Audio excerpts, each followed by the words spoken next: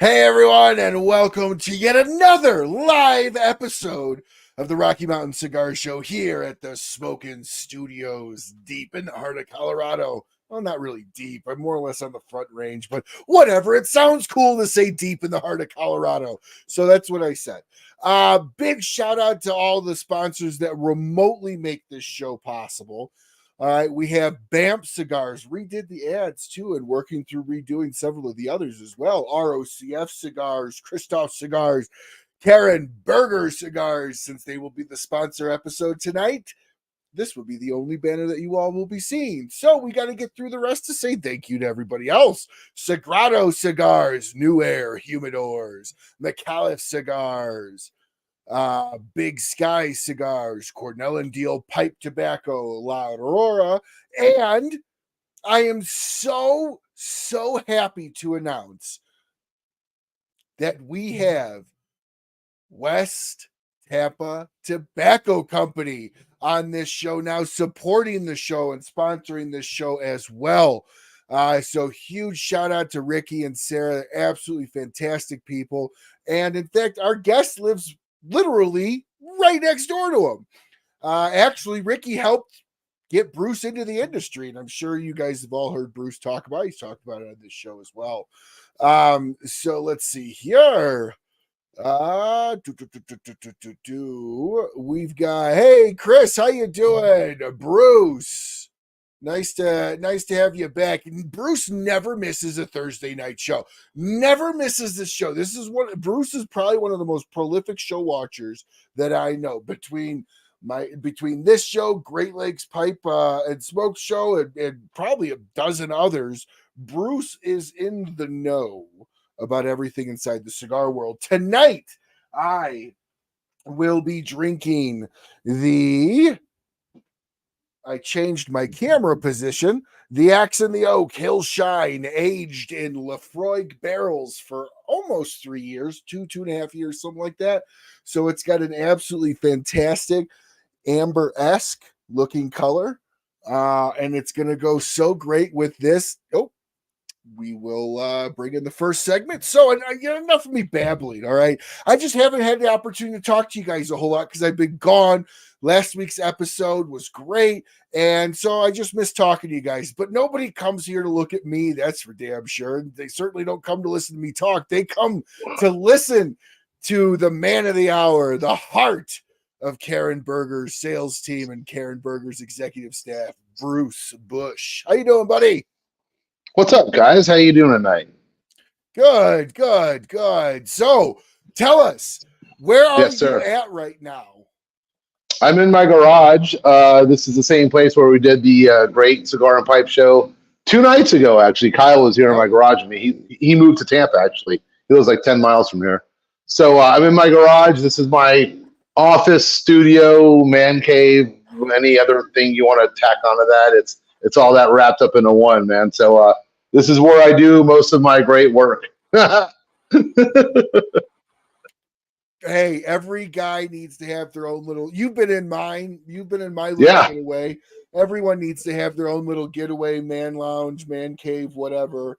And you can smoke cigars in there, and nobody cares. So right, it's absolutely fantastic. So, well, I tell you, it's usually hot as hell in here, man. Like I live in Tampa, obviously, right? So for 7 months out of the year, it's like pea soup humidity in here, But like right now, it's cold. I know you guys up north, like whatever, you big puss, right? But I have a space heater right here because my garage door is open and it's 48 degrees and rainy outside right now. You got a space heater and 48 degrees is like shorts weather. Yeah, whatever, man. Your blood gets thin when you move to Florida for a while. I was just out in Arizona with my family going to the Grand Canyon over Christmas, and my blood's so thin I can't breathe when I get to those high altitudes. You saw me when I was at your house, man. Your house is at like 6,500 feet, I believe, right? And I was 75. Well, there you go, man. I was sucking wind. You're like, hey, Bruce, more whiskey. I'm like, dude, do you want to take me to the ER right now? No. I got to drink some water and go to my hotel. Oh, you did well. But yes, it is elevation plays plays into a lot of different factors, and it was -9 degrees here in Colorado a couple days ago. What? Yeah. Oh my God. I was just talking to a client in Bismarck, North Dakota, and this is Bismarck, North Dakota. I mean, you know what you're signing up for when you move there, right? And she says in her block, like the shopping center, like all the pipes burst and all the businesses because it got to 40 below sustained for 8 hours. And I was like, geez, Wow. Louise. Yeah, Bruce Starr got a water burst today. I know it's cold. I fixed Yeah, screw that, man. You all can have that.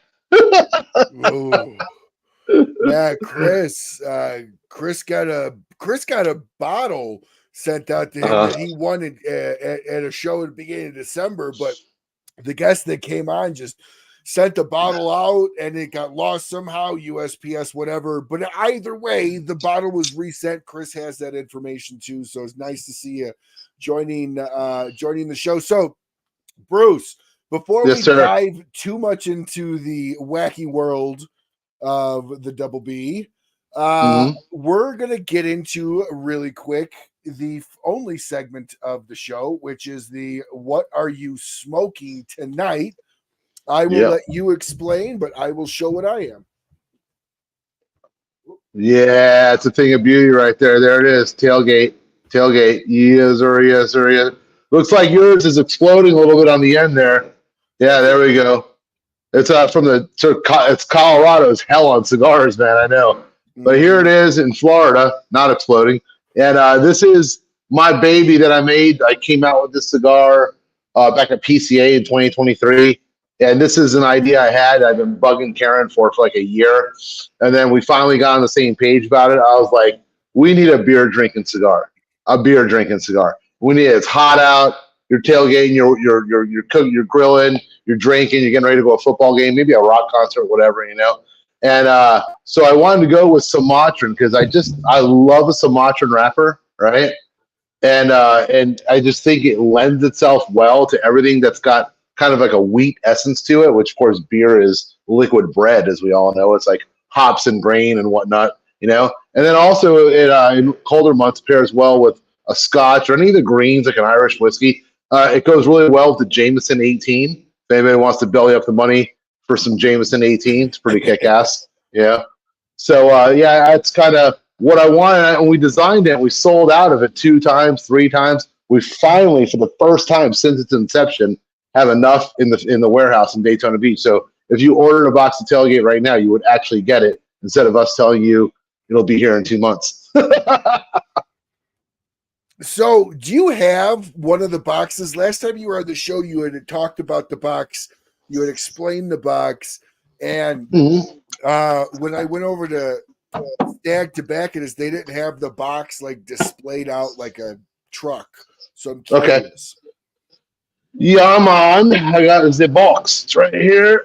Checky. There it is. Ain't that a peach? It's beautiful, there you go, right? Bruce, real quick. Bruce just ordered a box of tailgates.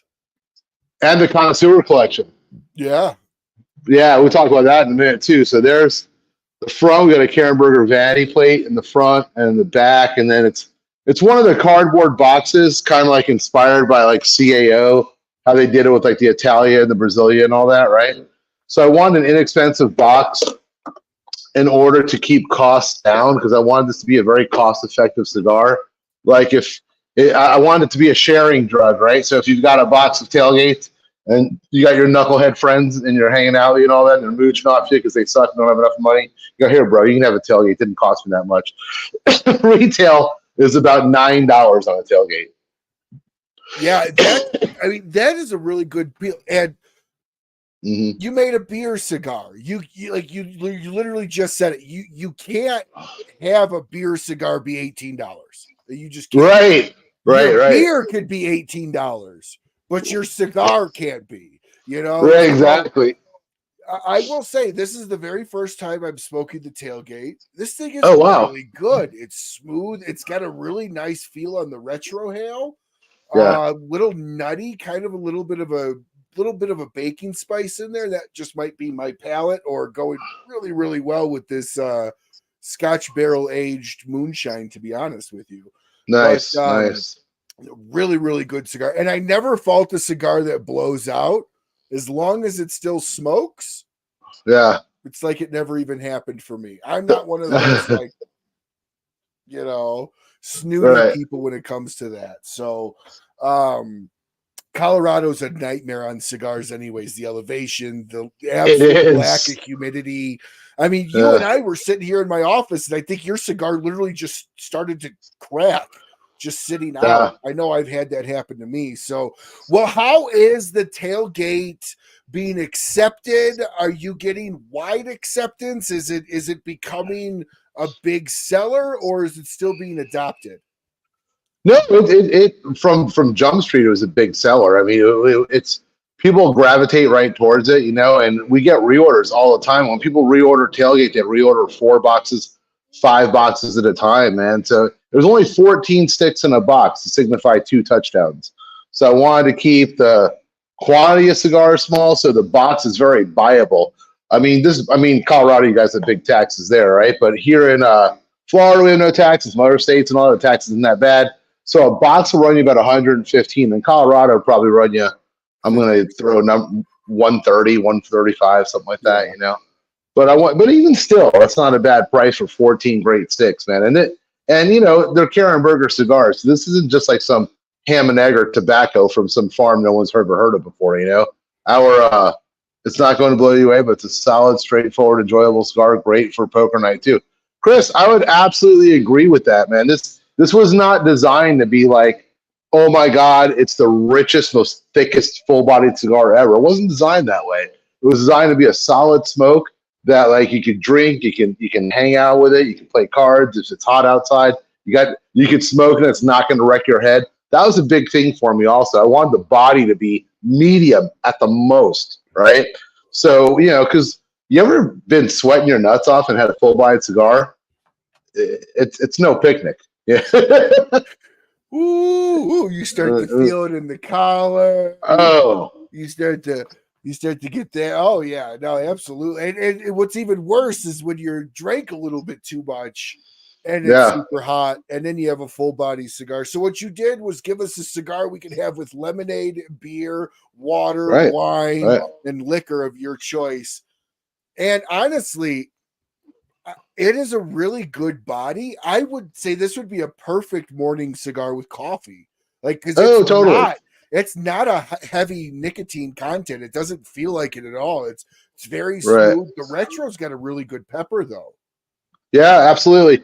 And one thing I was trying to avoid is that a lot of times with Sumatran cigars or any kind of like a budget cigar, which this is a little higher than a budget cigar, sometimes they can get very papery tasting. Like paper, if you say the word paper, that's one of the most horrible things you could say about a cigar, in my opinion, because that's like you're licking a Mead notebook or something like that, So I wanted this to make sure it was filled with character. I've heard everything from toasted almond to toasted marshmallow, Habano jelly, cashew. I mean, it's kind of cigar, No, there's definitely a nuttiness to it. There's definitely kind of a bit of a graham crackeriness to it as well, I think. Very, very good. There's definitely a sweetness on the finish for me, at least on my palate. It's overall, it's a very, very good cigar. And I'm excited to see where this thing is going to go. Now, the real question is last time we were on, we had talked about doing some fun shit that people can print off on your website for the tailgate box. Are we going to be seeing brands that people could put on the wheels? Are we going to be seeing little print off stickers, stuff like that, to where people can actually take that tailgate box and make it their own in their own bar? Yeah, it's one of those ideas that went to the back burner, man, because I was so friggin' busy last year, man. I mean, 2023 got out of control for me. Our sale in November of 23, we had record sales for our company. So, I mean, I was completely tied up doing all that. Then December fell down a little bit, and then you were asking when we were off camera before. Right now, the United States is pretty frozen, right? And when the United States is frozen, like, people aren't going out for cigars. They're not going to their local brick and mortar. Some of the local brick and mortars are taking like 3 days off to just stay at home and stay warm and all that. So January has been a struggle so far for the entire industry. But I'm feeling that this year is going to be different than most years, as February and March have TPE and PCA back to back. So it's going to be like a blitzkrieg of cigar sales from February through the end of March into April and all that.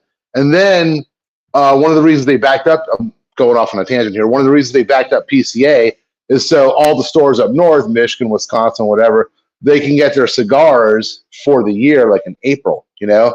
And this way they can hit golf season in the spring when everything's thawing out and warming up and all that. People are outside enjoying their cigars. So I think that this year, 24, as far as cigars are concerned and sales, is starting off like a lamb, but it's going to go out like a lion. Well, I am a little nervous this year. I'll be honest with you, man. I've heard cigar imports are down. You look at the CA lists around cigar imports the last several months, those are down. You talk to manufacturers, sales are down, but the real question is, and Bruce, coming from a sales role and you run the sales division, sales are down across the board, but are they down below COVID, pre-COVID, or are they still above pre-COVID? Because that's a big difference, because that means it hasn't retracted entirely. Well, pre-COVID was relatively strong, 18, 19. And then COVID was ridiculous. People doubled their cigar smoking across the world, you know? So this is the first, if you want to use the word recession of cigars, that the industry's had since I've been in it. I can't really speak too well to like 17 and 16 and 15 and 14 because I was in the classroom. I was a teacher. I wasn't selling cigars at that point in time. So as far as I've been in the business, as long as I've been in the business, this is the first recession of sorts. But there's a way to counteract that, you know, just as the yin and the yang of everything. So what we got to do right now is really focus on the clients who are treating us well and selling our cigars well, and pump a lot of love and energy in those brick and mortars. And it's not really the time to get in your car and go on the road and look for new lounges and stuff like that. It's the time to really target the places that are selling your cigars and really strengthen your relationships with your brick and mortars. No, absolutely. And but that's kind of nice to slow down a little bit, do some check-ins. Really quickly, Chris is throwing around some pretty aggressive language here. And he's asking how many points do you think the Lions will win by? We've got the Lions in the Bucks game on Sunday. Exactly. And then he says, wondering if Busch is going to cuss me out. So what are you switching over to sports here really quick, just because that was brought up. I love it. Me not being a huge sports guy, forgive me if I play dumb most of the way and kind of fake my way through this, but what are your expectations for the big game? Chris and Bruce are both Lions fans out there, right? And I can respect that. And you know what? And Chris and Bruce take this the right way because I got a lot of love. The Lions, and this is coming from the heart. The Lions are the most pathetic NFL franchise of all time, right? And the reason being is they've been the pinnacle of dysfunction for as long as I've been alive, right? They've never been to a Super Bowl. They've rarely. I thought they have. No. They've never been to an NFC Championship game. They're horrible, right? They just won their second playoff game in 35 years the other day. But I am pulling for, or I was, so the Bucks were going to play them. All year long, I've been happy with them. Like Jared Goff, like I'm on Ron St. Brown. I mean, they're what's that? This movie Busch.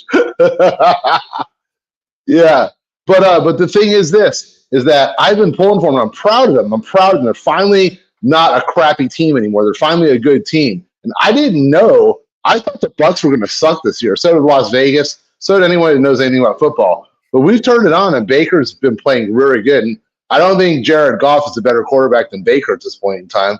And I think the Bucks are playing lights out football right now. We've won 6 for our last 7 games. So what does this mean for this game in Detroit? Detroit has to win this game. You understand, Bruce and Chris? Detroit has to win. They have to win.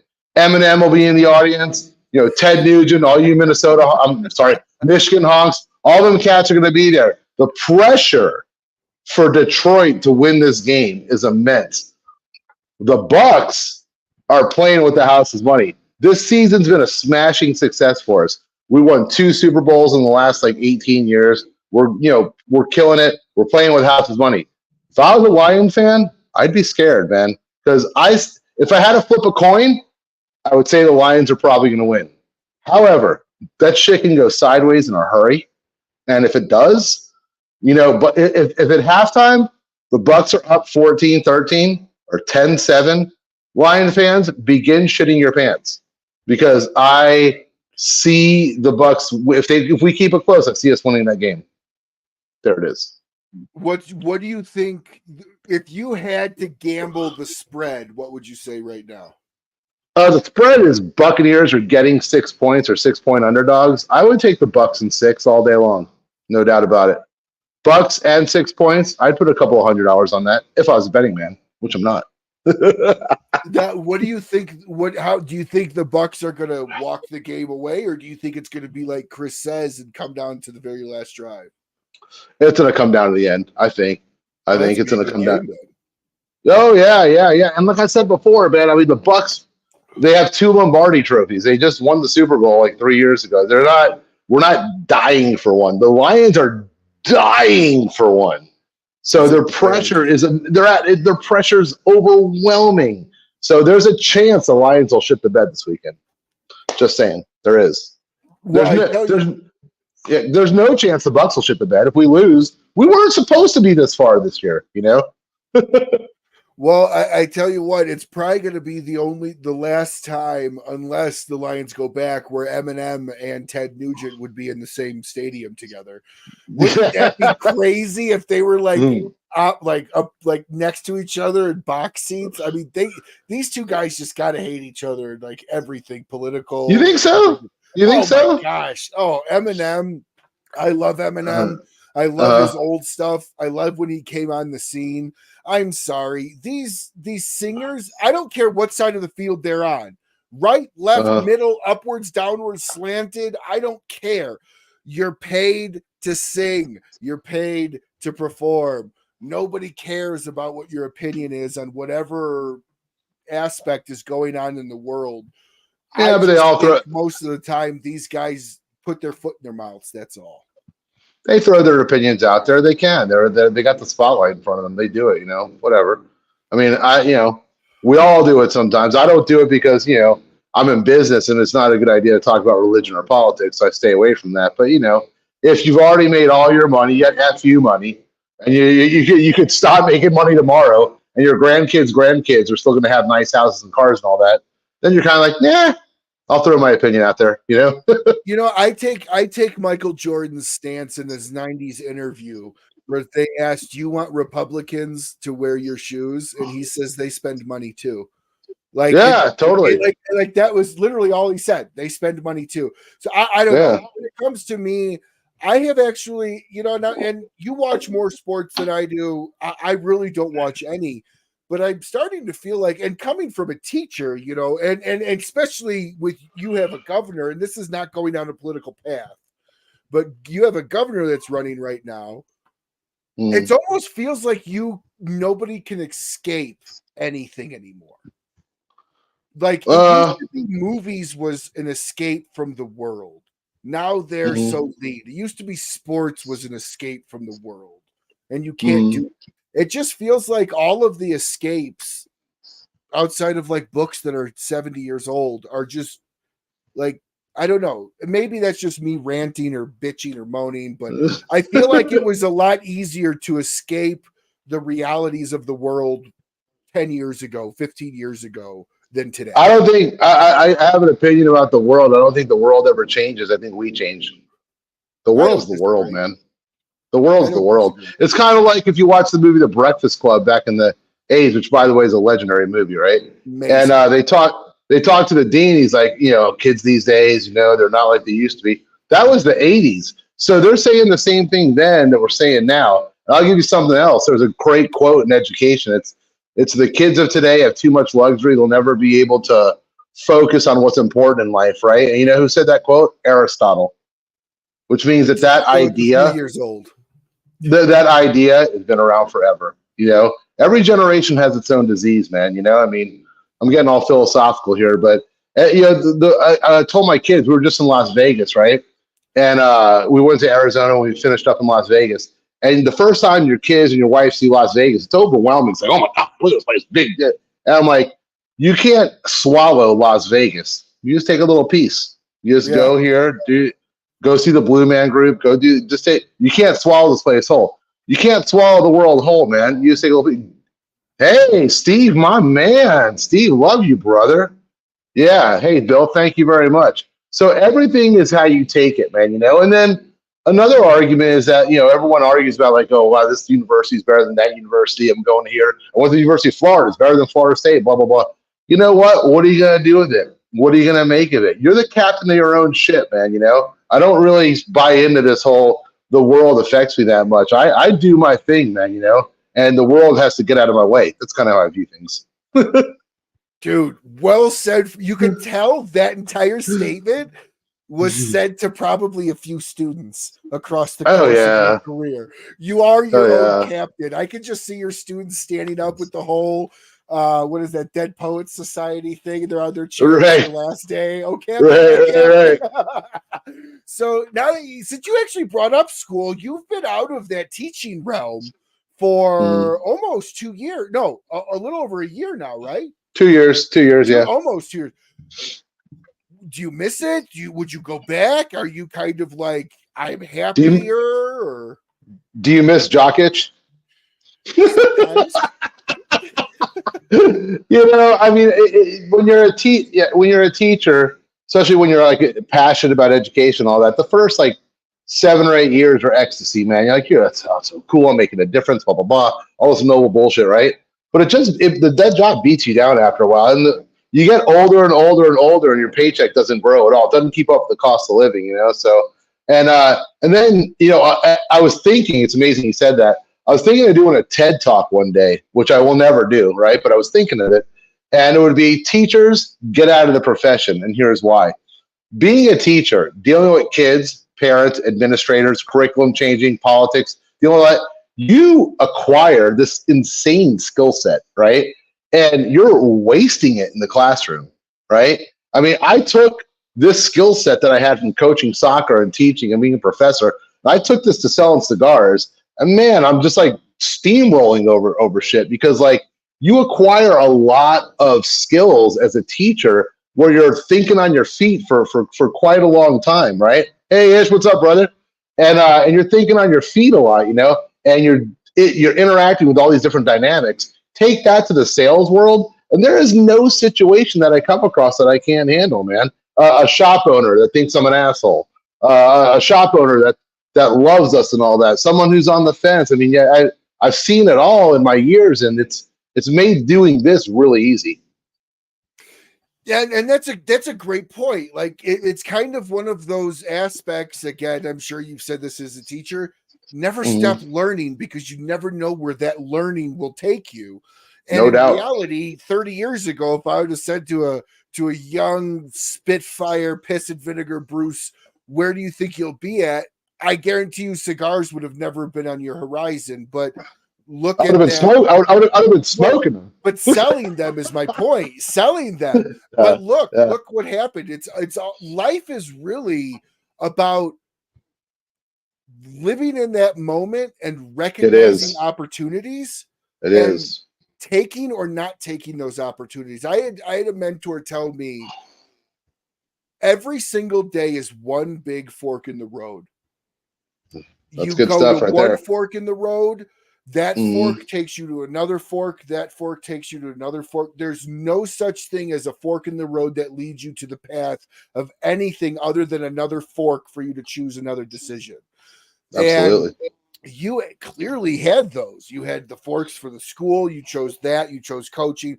But then you had a big fork that brought you into cigars, and you took that opportunity and ran with it. And I will tell you, if you guys have never had an opportunity to see this man work, you absolutely have to. If he is at a shop close to you, pop some popcorn, bring a cigar, bring a soda, and just turn the TV on called Bruce Vision. And just watch this man work, dude. He is a riot. Nobody walks through a store that this guy doesn't talk to, even if he's already talked to him. Doesn't matter. Yeah. And I'm not kidding. I've been to a lot of events. Thank you, man. He's one of the best people that works an event. And the table's empty by the end of the night. So if Bruce is at an event close to you, stop in, say hi. He's a lot of fun. Most likely to give you a big old bear hug if he knows you, and just have a great time, because this guy works his ass off. I would have loved to have had him as a teacher in school. It was fun. So I want to actually get back to that tailgater box, because I had a really fun idea for you, and you're the only company that would be able to do this. So I don't even mind sharing it. I think you should have a contest for customizing the box with decals and everything, and whoever can have the best custom box does something. I think that would be fun. Like a Facebook group, everyone buys the tailgater, put stickers on it, dress it up, draw bullet holes in it, whatever they want, and really turn this thing into their own. And then you should absolutely have a contest for who can make the best truck. That's a great idea, dude. That's a great idea. I think that would be a lot of fun. Well, Ryan, you know what? In all honesty, I mean, one of the reasons why we got so caught up this year, and we'll talk about the next cigar here in a little bit, but we released a lot last year. Like 2023 was like a big. If your company is ever going to make one big push to get to the next level, 2023 was us for me and Karen and the rest of the team.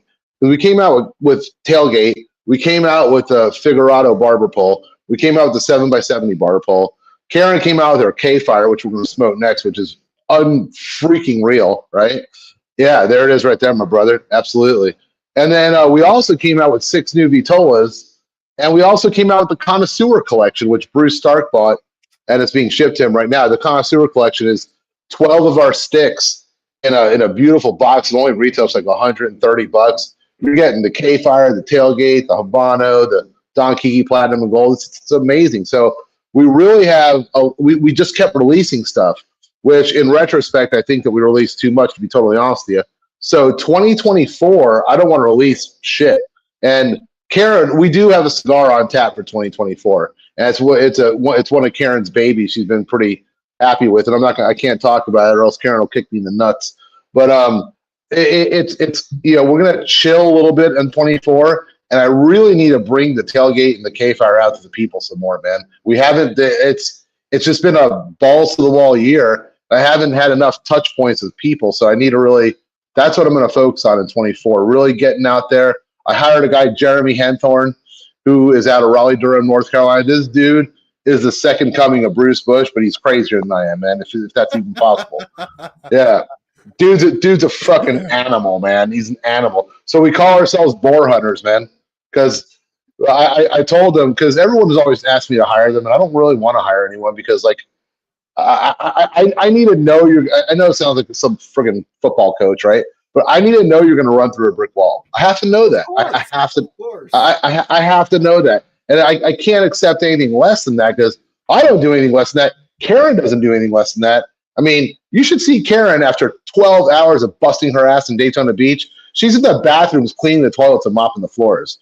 That's where she's at, dude. That's how hard she works, And if she's going to do that, I'm going to do that. Oh, yeah, dude. And Jeremy works that hard. So I got to have that, man, So I'm stoked about him. I turned over North Carolina, Virginia, Maryland, D.C., Delaware, New Jersey, West Virginia, and Ohio to Jeremy. He's doing it, and he's killing it right now. So I'm just going to handle New York, New England, the Southeast, and out West, which, of course, is a lot, but, whatever.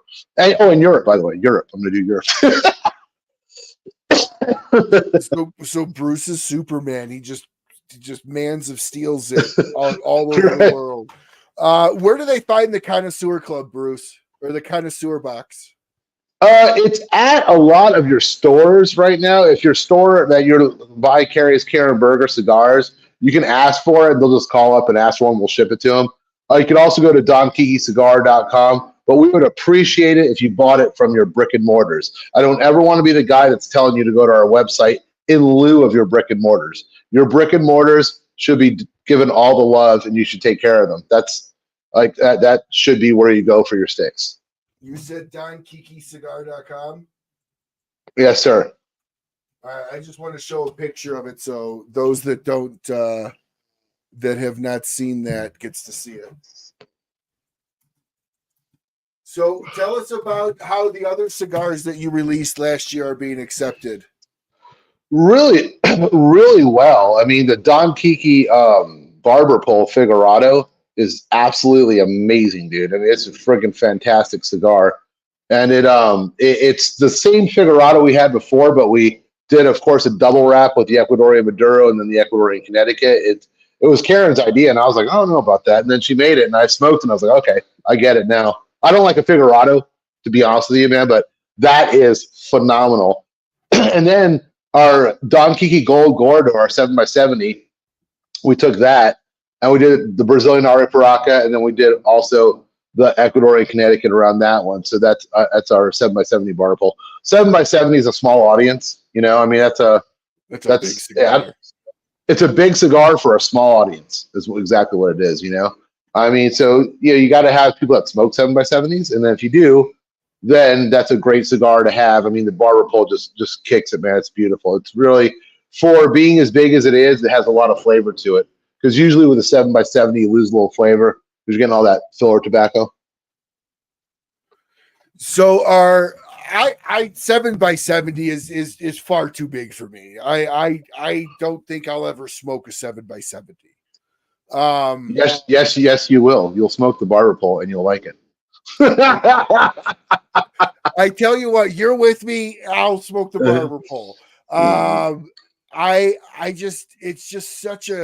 That's just so big of a cigar for me. I know a lot of people like them. A lot of companies 660s are the number one sellers. That's a new thing. Toro's number one. Toro's been number one forever. 6x60s are coming on strong, dude. Strong right now. I know. You know, and it's the economy, dude. People are hard up for money right now. It's another $1, and you're getting another half hour of smoke. It's pure friggin' numbers, you know. That is true. That is true. So let's talk a little bit about this K-Fire. Tell us about it. Tell us about what it is. Let me get up here and show everybody a picture.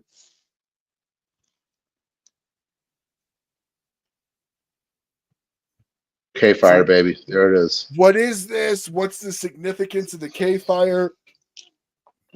The K-Fire, so we had the damnedest time naming this thing. We had a couple of names that we threw out, and they were already taken, which is very hard to name your cigar. So Karen just came up with K-Fire one day. I was like, it's beautiful. I love it. It's got the K by Karen, fire, K-Fire, one small little word, you know. It says 150 degrees on it. The box has got flames on it. So 150 degrees is the temperature, Fahrenheit, not Celsius, right? That's the temperature you need to bring the curing barn to in order to get the tobacco to cure, to drain of the chlorophyll, and to get all of the nicotine and ammonia as much as you can out of the tobacco leaf. So that's the significance behind the temperature. Then K-Fire, obviously, you know, fire is a big expression that we use for something tastes great or whatever. So that was the idea of the name. The tobacco, it's a San Andreas wrapper, right? But there's a lot of that on the market right now. So Karen always, you know, does things unique. She put a Habano binder in it, which is absolutely, it makes it silkier, if you will. I mean, that because, you know, that San Andreas is always kind of rough and toothy and earthy. And so, and you'll get one out of every 10 cigar smokers saying, I hate a San Andreas because it's just too dirty for them, right? Sure. But the Habano binder really cleans it out, man. And it is just a clean, gorgeous, full-bodied. I say it tastes like McCormick steak seasoning, man. I mean, that like a Montreal seasoning. That's like the overriding flavor that I get. It's just absolutely fantastic. And I'm drinking a Miller Lite right now, which usually goes against my better judgment. But my wife likes shitty beer. Now that's all I had in the fridge because I'm smoking the tailgate right now, right? I usually drink an IPA. I got a little more class, you know.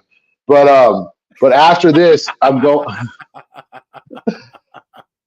After this, I got some cognac right over there because, you know, I'm freezing my ass off here in Florida right now. So, I know, right? 40 degrees, man. That's 45. It's 45. But yeah, the K Fire pairs well with really well with the cognac. I mean, I'm not gonna sit here and go too off on how it gets its sweetness, but like the Habano and the San Andreas combined for a nice sweetness that really goes nice to the cognac, goes nice to the brandy, and oh, there we go. Yeah, sure, beautiful. That's the box. Damn, Ryan, you're good at your job, dude. You know that, man? Look at that. Ain't that a peach, dude? I love that. There's the 150. Yeah, man. So you want to hear something hilarious, dude? The first 30 boxes of K-Fire, and I love Karen. She'll kick my ass if she hears me say this, but I don't care. She put 150 degrees Celsius on there. She put 150 and then the little dot for degrees, and then she put a C after it, right? And I pulled her aside. I was like, Karen, I was like, do you know how hot that is? It's like 375 degrees Fahrenheit. Everything would disintegrate, or ignite. So if you get a box with 150 degrees C on it, you've got a collector's item. Yeah, you better keep that. And in fact, make your way to an event with Karen and get a signature on that box. Yeah, because that's going to turn into one of those like fucked up head quarter coins or something. Right. Yeah. Exactly. Like the ones that are supposed to have a D for Denver on them, but they have like an F or something. You're like, what the hell? Hey, what's going on? She was close.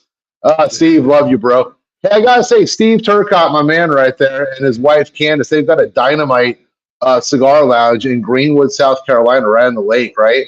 And they've got this big space. It's like a big boathouse kind of thing on a lake, right? Steve, I love you, bro. I'm gonna pimp out your store right now. And guess what they have in the middle of their cigar lounge? A pickleball court.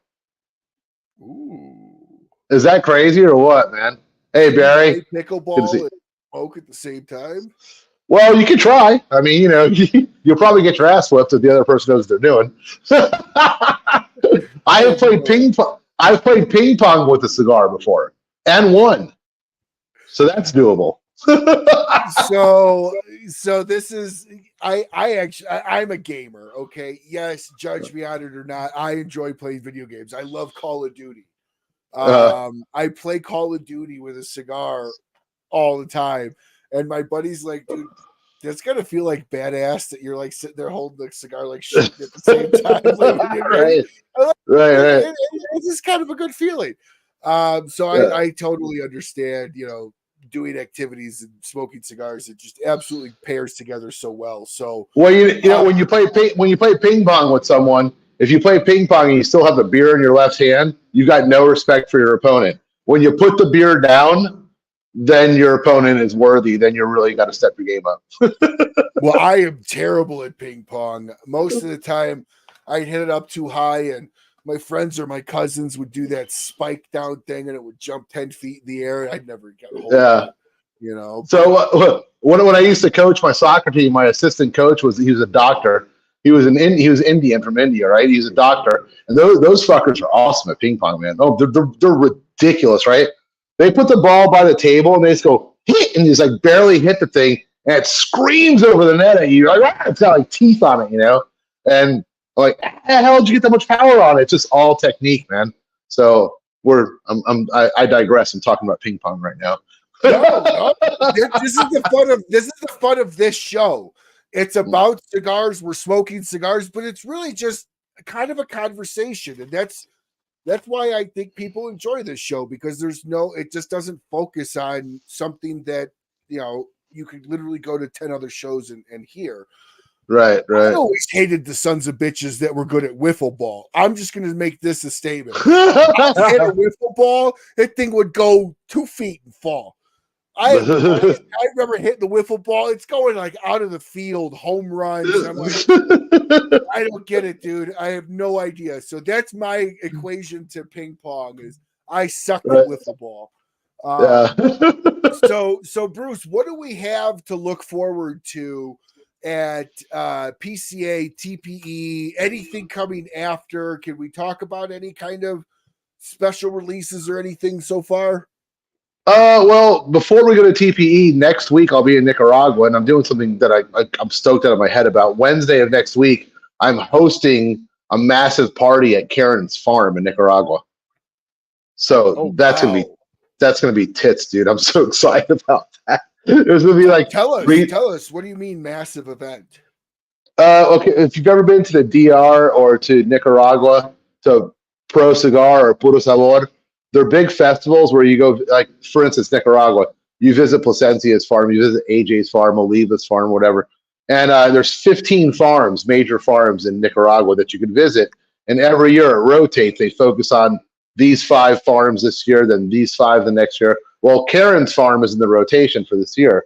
So what we're having is 2 massive tents outside and big, long, like, beer garden style tables and all that. And everyone that comes is presented with a free box of 5 cigars and that you put away. And then you light up a couple that we have available and we smoke and we drink. And Karen and I go around and talk to everyone. I talk about the history of the farm. I talk about everything that went into getting it to where it was, and and Nicaragua's struggle early on to become relevant in the cigar scene. And of course, now you can't say anything about cigars and not say the word Nicaragua. If you do, you're smoking the wrong shit, in my opinion, because Nicaraguan cigars, Dominican cigars, and Honduran cigars are awesome too. Awesome.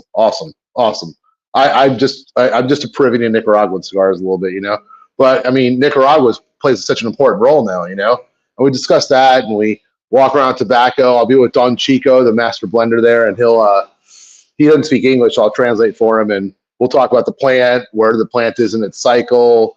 Do we break off the flower off the females, and this, that, the next thing? So should be pretty fun. I get to fake it like I know a lot about cigars.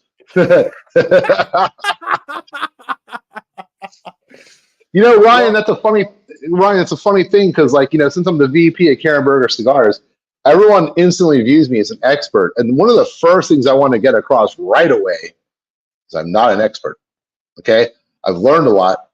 I'm a smart guy. I've learned a lot, whatever, but I'm not going to be the person that's telling you you're doing it wrong or you don't know what you're talking about. Or I'll try and aid you on your journey with whatever knowledge I have. But you'll never catch me being, you don't know what you're talking about.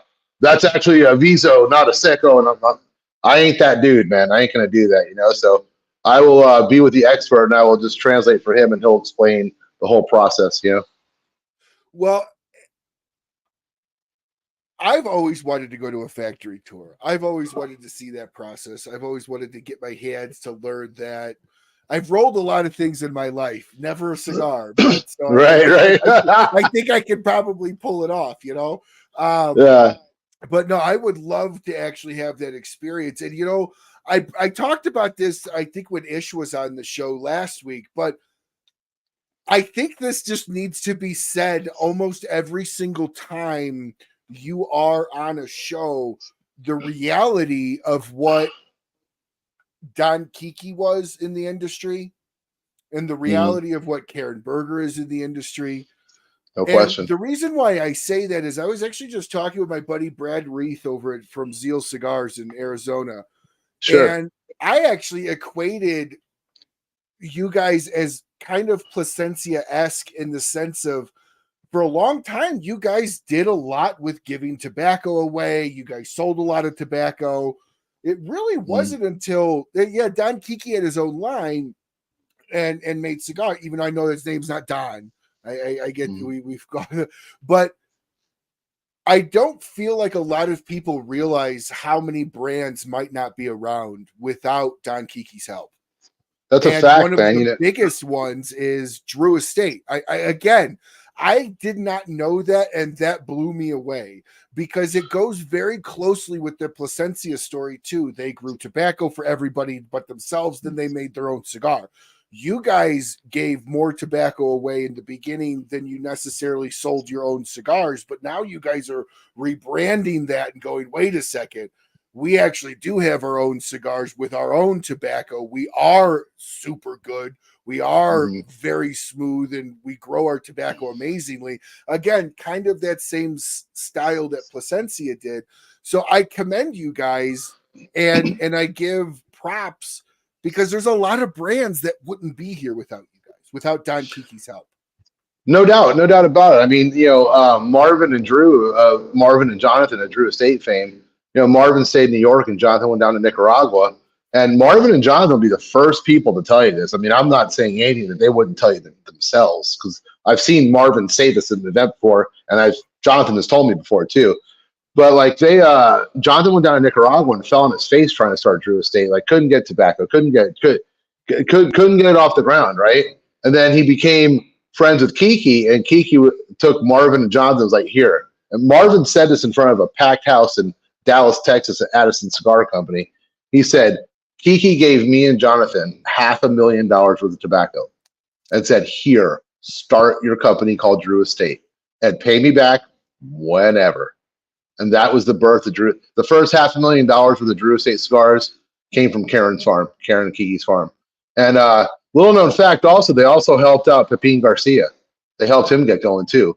And we don't talk about that a whole lot, but they helped Pepin get on his feet also. And and they've helped other companies through the years as well. And right now we make cigars for Conscious, Fratello. We make some Fratello cigars. We make cigars for some other companies as well right now. So we've got our hands in a few different things. And the reason why it started off differently than what it is now is because Kiki's idol was Sam Walton of Walmart fame, right? And so Kiki always wanted to make a Walmart of cigars. Mm-hmm. And that's what the origin of Cuban crafters was in Miami. So during that time, there were 6 Cuban crafter stores. There were 4 in Florida, 1 in Daytona, 3 in Lauderdale, Miami, 1 in Turks and Caicos, and 1 in Cleveland, Ohio, of all places, which I still don't understand. But and then they really focused on house sticks. The farm was for like the house sticks for those places. And then they made cigars to sell to other places and all that, but not really. That wasn't the focus. So when Kiki passed away, there were 2 silent partners in the company that tried to take everything away from Karen. And Karen, with Jonathan, Drew, and Marvin, God bless both those guys, they got Karen all lawyered up and all that, and they fought off these guys. So Karen maintained. Yeah, dude, they paid it back. Came back in circle. It did. It really did. You know, and so Karen got to keep the factory in the fields and 1 store. The 1 store is the Daytona Beach store, which is now the Don Kiki Cigar Superstore, which is now our de facto headquarters and warehouse and everything else. Yeah, I mean, it truly is a Microsoft Apple style story. Apple almost went under. Microsoft bailed them out, gave them money, and some would say Apple's bigger than Microsoft. Microsoft's bigger than Apple. It doesn't much matter. The fact is that type of relationship you really don't see in industries anymore. I guarantee you, if Pepsi wanted to start a new brand, Coke wouldn't give them money. Right. Like it just, but that is the cigar community. That is there's some cutthroats in this world, in the cigar world. There's maybe some I know there's shady players. We all know who they are, at least if you're inside the business, you do. But the vast majority of the people in the industry will help as needed, if needed. And that was something that, you know, obviously Don Kiki espoused himself and gave away, but then it's awesome. I didn't know about the full circle where they helped them start, and then the company that got the leg up from Don Kiki then turned around and made sure everything went back to Karen. Like that is, you guys are now fully connected in y'all's biographies. I mean, if there's a story about Drew Estate, you guys will be in there. Oh, for sure. No doubt about it. You know, Marvin actually made a movie called I, Mordecai. I don't know if you've heard of that or not. Mm-hmm. It's a really good movie. Me and Marvin and Karen went to the premiere together in Dallas. It was amazing. And I, Mordecai, you guys like cigars out there? Go check it out. The guy that plays Marvin in the movie, who of course is Jonathan Drew's partner, they downplay the cigar industry a little bit. They talk about, well, I got these cigars, they gotta get going, but they don't mention Drew Estate. They kind of don't talk about it as much as Marvin's dad's story, who was a Jew that escaped the Holocaust and all that. And so I was thinking in that movie there was gonna be a Don Kiki mention, but there wasn't, and it's okay because I mean it didn't fit in with what they were doing, so I totally understand that. But a movie one day about all the companies, how they intertwine together, would be amazing. You know, somebody told me one time, Ryan, that cigar companies, the only place we fight is the humidor. It's true. No, that is very true. It is. That is incredibly true because you guys all go out and party with each other. You know, you Yeah. guys are like WWE. You fight Right. face to face, and then behind the camera, y'all love each other. You know, But the humidor space is where we fight. well, yeah, that's your ring, right? That's your. It is. I mean, it's like, yeah, it is. And not that you want another company to do bad, but I want my 8 facings in your humidor. You know, like Stag Tobacconist in Colorado Springs, where you just worked tonight, with Veronica, who I love to death, an amazing human being. You know, we're trying to get 10 facings in there, you know, and it's hard when other companies have 30 facings, 40 facings. You know, so you're always fighting for a little spot. You're always fighting for real estate, it's a noble fight. There's nothing wrong with it, you know, but it's just the reality of the industry. So speaking of Stag, actually, Barry asked, "Are you going to be having any events here at Stag?" So let's talk about your Rompus run that you're going to be doing. Listen to this. So yeah, Veronica and I have already talked about. We're definitely going to do an event at Stag in Colorado Springs, right? By the way, Veronica and me, man, we hit it off like that. We're like kindred spirits, man. She's cool as hell. And so I don't know if it's going to be April or May or whenever. It's going to be when things thaw out a little bit. But I'm going to start off in Denver, and I'm going to go down to Colorado Springs. And then from there, I'm going to drive down to Santa Fe and Albuquerque because I've never given that metro area any love yet. So we have a couple clients down there. I'm going to head down there. And then from there, I'm going to drive to Durango, Colorado, which at Durango Smoke Shop has our cigars now, which is really cool. Courtney's the owner there. And from there, I'm going to drive up to Grand Junction and visit that store. The owners are really cool. I just need to sit down face to face with them. And then from there, I'll drive back across the Rockies, which is, oh my God, I-70 through the Rockies is one of the most beautiful drives in the United States. It's just nice. It's so friggin'. I mean, it's a struggle. It's a struggle to stay on the road. It's like, oh my God, look at that. You know, hands on the wheel. Oh shit, look at that. You know. And then back to Denver again. So I'll put a solid, I don't know, 10 million miles on my rent-a-car. Yeah, that drive over 70 through the Eisenhower Tunnel is just absolutely breathtaking. It gets a little crazy because you do just want to look at everything. Like driving through there, my wife was like, "Are you seeing this?" I'm like, No. Yeah, I'm focusing on the sheer drop off and the fact that I'm trying to stay on the road. I'll drive through there with my bottle of liquid IV in one hand, and my canister of oxygen in the other. Trying to get some oxygen to my brain. Careful, you go up with a gas mask in this state, cops might pull you over thinking it's something different. Yeah, I bought this at CVS, bitch.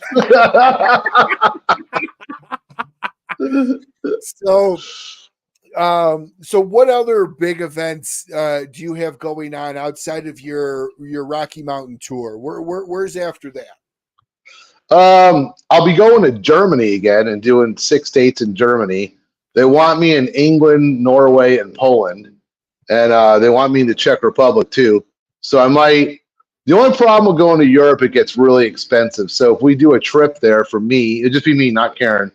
And if I do that, I mean, you know, it's flight and food and hotels and shit. It's, you know, you're in for a few grand, and then you have to kind of be certain that those countries are gonna buy again. So definitely gonna do a European tour in May, I think.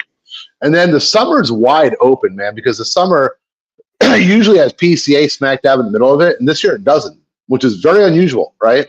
So in the summer, I'm gonna spend a lot of time in New England. Our cigars are red hot in New England, Connecticut, Rhode Island, New Hampshire. So we're doing really well up there. So I need to give that area more love.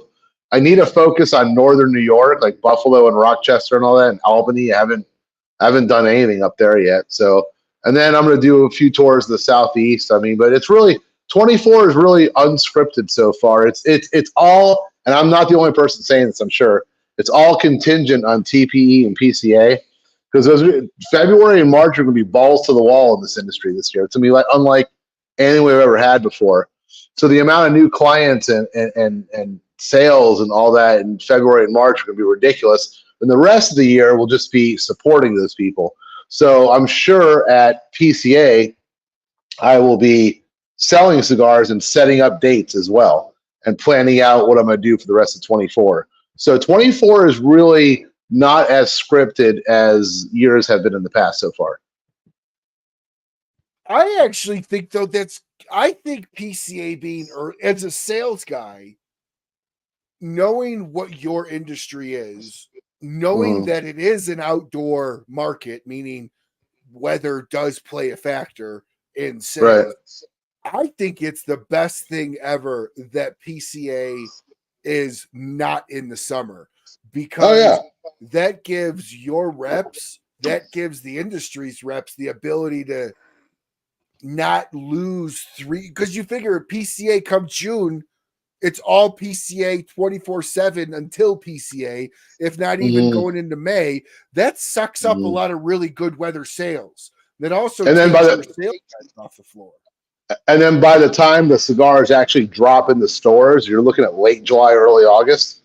And then, like, most of the United States is cold, which I don't really understand, right? But, like, if you take, like, the Northeast and the Midwest and like, even, like, out west, Montana, Washington, Idaho, the country is pretty cold. I mean, warm weather states are Georgia, Florida, Arizona, Texas. I mean, not much, So you have to hit that summer at the beginning of the summer. So by having PCA in late March, hey, you know what? I got to do something real quick here. I got to plug in my headphones. Hang on 1 second. Yeah, go ahead. I just got a warning. I don't like warnings.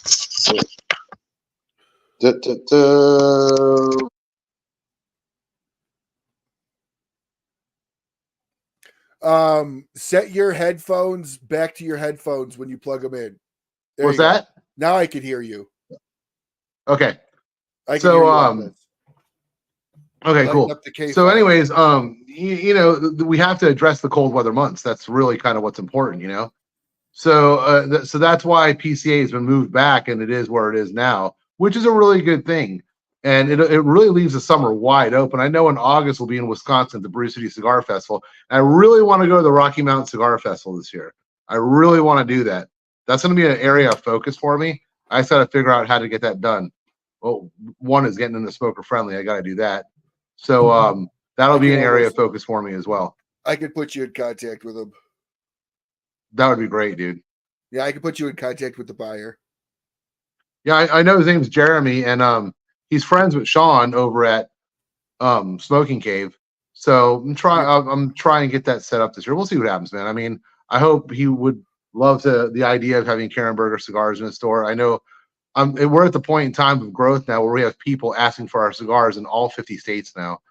So we'll see. I'm actually excited to have an appointment with a guy from Honolulu Cigar Company. So we might actually get cigars in Hawaii after TPE. Be cool. Wow. Looks like Bruce is just going everywhere, dude. Your passport is going to look like the Encyclopedia Britannica before too long. It is going to be just a thick, heavy book of stamps. I mean, my gosh, how many countries are you guys in right now? Yeah. I've been to 55 countries because before I was in this business, I traveled a lot anyway. No, how many countries but passports are not what they used to be, man. What's that? How many countries are you guys in? Oh, 41. Wow, that is awesome. Yeah, we just got Chinese distribution. We're in. We're pretty excited about this, man. We have a deal to put about 400,000 cigars of ours in duty-free shops all over Asia. That's a big deal. Yes, that's pretty huge. We're pretty excited about that. No, that's awesome. That's incredible. Yeah, that's a deal changer. It's tough though, man, because when you all those big gigs overseas are paperwork nightmares, man. Like I've been this company that we're working with in China. I've been doing the paperwork now for months, and they haven't dropped in the stores yet. They're going to, but they're not there yet. So it's always a big when you get a new country or a new region of the world or something like that. It's a paperwork nightmare. But then, like, once you got that all squared away, it's just they order and you ship, they order and you ship, they order and you ship. And once you get to that point in time, you're cooking with gas, So let me ask you then about some of these other countries. Have you ever been a big Cuban smoker? Say that again, man. Have you ever been a big Cuban cigar smoker? I started smoking cigars when I was like 26. I'm 53 now, and I dug them back then. Like back then, I was in Europe a lot, and Europe would always get the best Cuban cigars in the world, man. Like the number one Cubans would go to England and Germany, and those were the biggest clients for Cuba. So I spent a lot of time in Germany, and I smoked a lot of Cubans there. They were utterly fantastic. They were fantastic. There's So no other way to say it. what is your approach when you go into the countries that have very little experience with New World cigars? Because a lot of Europe doesn't do a lot with the New World. The vast, which I think it's a safe statement to say the vast majority of Europe is Cuban smokers versus New World. I know that's changing, but when Yeah. you go to Germany and you find somebody that's but they sound like Klaus Schwab, like a Bond evil villain. I've been smoking cigars for 30 years and I smoked. How do you begin to tell them I've never had a New World cigar? Why do I have Well, yours? China has actually made that pretty easy for us because China bought half of the Cuban cigars on Earth. So half of all Cubans go to China now, right? So the leftover Cubans get sprawled out throughout the rest of the world. So Europe is getting shitty Cubans now. Like you go to a humidor in Germany or Poland or France or something like that. They're down. They're mad at Cuba. They're down on Cubans. They're like the Cuban cigars we get now suck, right? So now you're getting like Karen Berger cigars, AJ. You're getting Plasencia. You're getting Oliva. You're getting all these rich, flavorful Nicaraguan cigars, and they're all like, "What's this? Oh my god!" I had no idea. So it's not as hard of a sell as you think it is. The only battle is like just getting our name out there. But once I sold $5,000 worth of cigars to Norway in September of last year to our new Norwegian distributor, and this morning he just bought 5,000 more. He's like, they're selling like hotcakes. He's like, they're blowing out of here, man. Norway is a tiny cigar market, tiny. Like it's like minuscule. So to be on pace for 20 grand a year in Norway is really good. Germany is a huge client. Germany, they buy probably 150 grand from us a year, somewhere around there, maybe 100 grand a year. So Germany is like a much bigger client. So, but when they're selling well and they're moving and then they're reordering, you can't beat it. Hungary is actually our number one country in Europe right now. They just put in an order for $75,000 for the cigars. Wow. Yeah. Now, one of the big selling points with the New World when you're going over to Europe is got to be the price, right? Because I've been told that New Worlds are significantly less than Cubans in Europe. Yeah. So Yeah. why would they, like you had just said, they're not getting the good ones, but their prices have gone up for the Cubans. So it's kind of they're not even getting the value out of it anymore, if what I'm understanding kind of what you're saying. Yeah, totally, absolutely. And well, I mean, the Cubans that they are getting now are really low end Cubans, so they're actually the Cubans that they are getting are like 10, 11, $12 a stick, kind of like what ours go for over there, but with horrendous quality, right? So they're slitting their own throats in Europe right now, which is leaving things wide open for Nicaraguan, Honduran, and Dominican cigars. I mean, Fuente is killing it right now in Europe. JC Newman's killing it in Europe right now. I mean, you can go anywhere in Europe and see the ashtray that's got Tampa, Florida on it for the Newman factory, and you can see the sign on the inside of the humidor, the Arturo Fuente Septimo Avenue and Tampa sign. I mean, so like they're doing really well there. It's becoming a value thing. You're like, wow, we're getting great cigars, and they're $1 more or $1 less than that shit Cuban right there, man. Yeah, I mean, and that's I personally I don't see the Cuban market being a quarter of what it ever was ever again. I see the Cuban market just continuing to go down with companies like Karen Berger and the others that you had mentioned coming on the market. Yeah. I have had people so kind to send me Cubans, and then I look up the price and I'm like, oh, this is pretty good. And then I'm like, oh my gosh, okay, I don't know that I would spend X amount of dollars on that. And then, I look back at the New World ones, even some of those are like $30, $40, $50. And I'm like, man, I could find a $10 cigar that's just as good, Yeah. I always And say you if you're guys smoking have a $30 sweet cigar, you're smoking the wrong cigar. Yeah, and you guys have a really good price point. Your most expensive cigar is the AJ co-op one that you guys did. And then your least expensive, you guys are between $9 and $18, which is the US sweet point for cigars. We're between 6 and 16. Oh, that's right. If you our throw in old the Don Kikis are 6. yes, that's right. If you throw it, I was talking specifically of the Karen Berger named lines. Right. Hey, Ryan, it's time to shift gears and fire up a K-Fire, my brother. Yeah, I already did. Oh, shit, I'm behind. I already fired this thing up, dude. I've been just sitting here drooling over this thing, looking at it on my table. I love the box press. I am a huge fan of box press. It just feels nice in the mouth.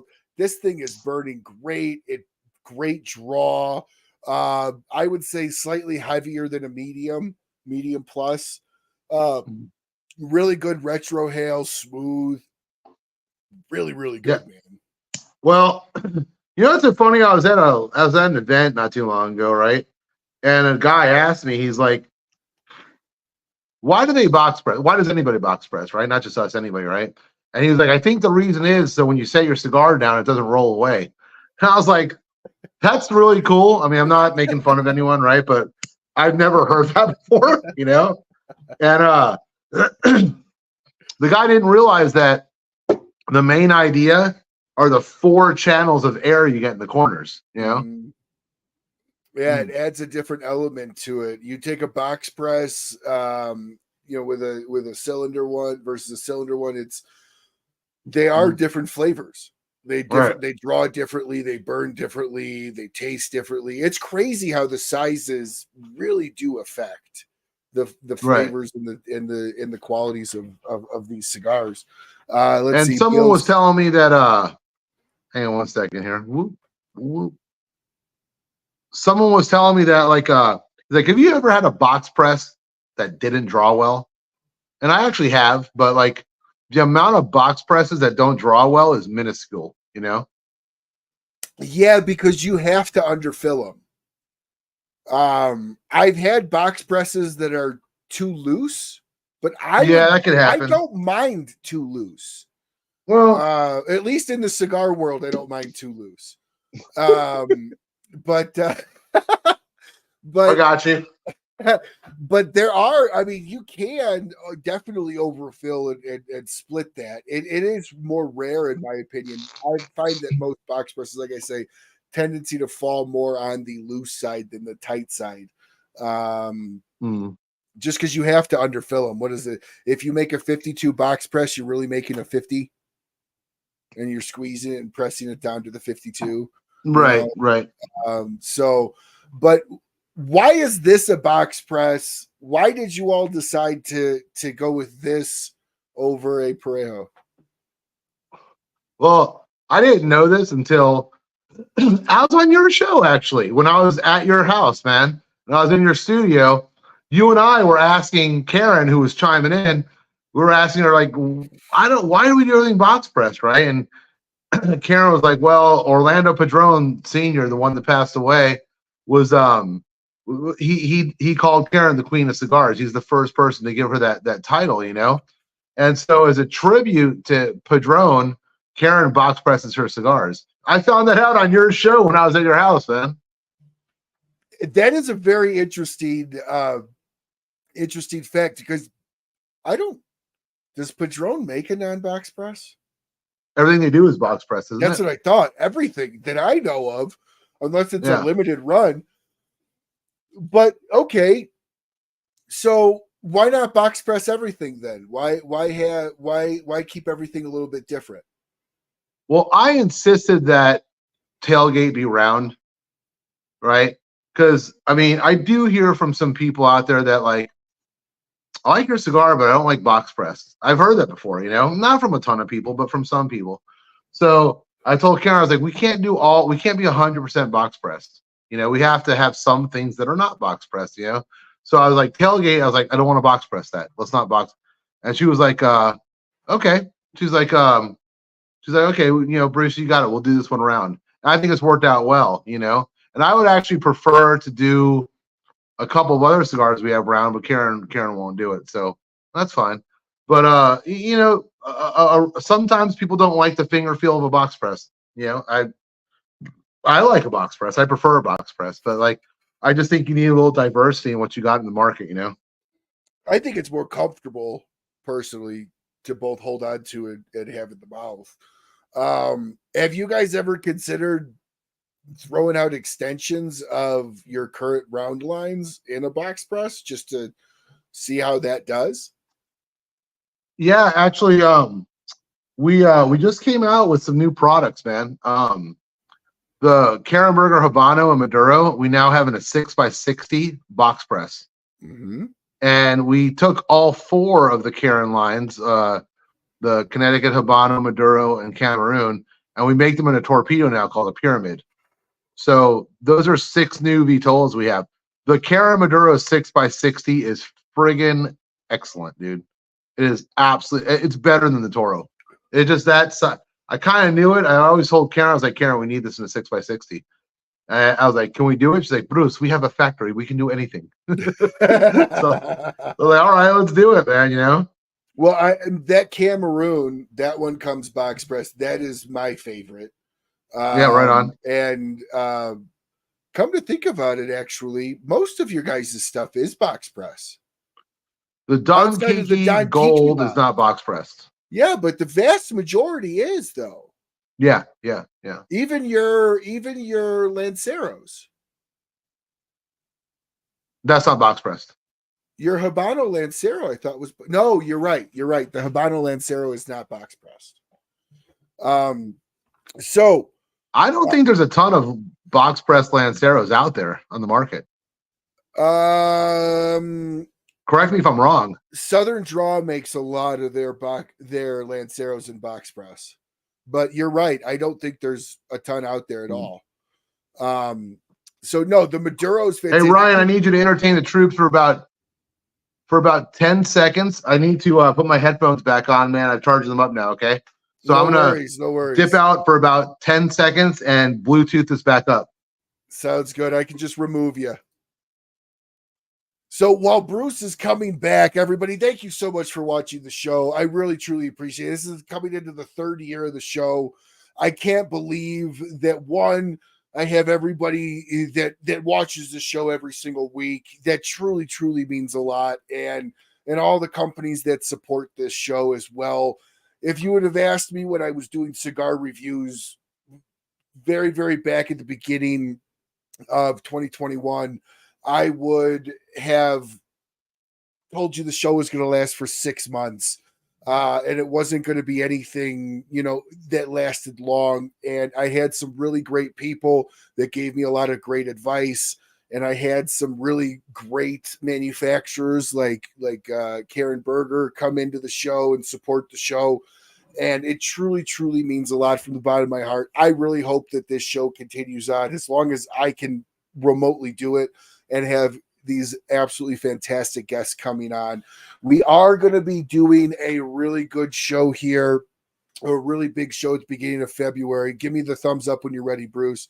At the beginning of February here with William Mobley, who is the founder and creator of Freecast. Well, he's actually starting a brand new cigar channel on Freecast.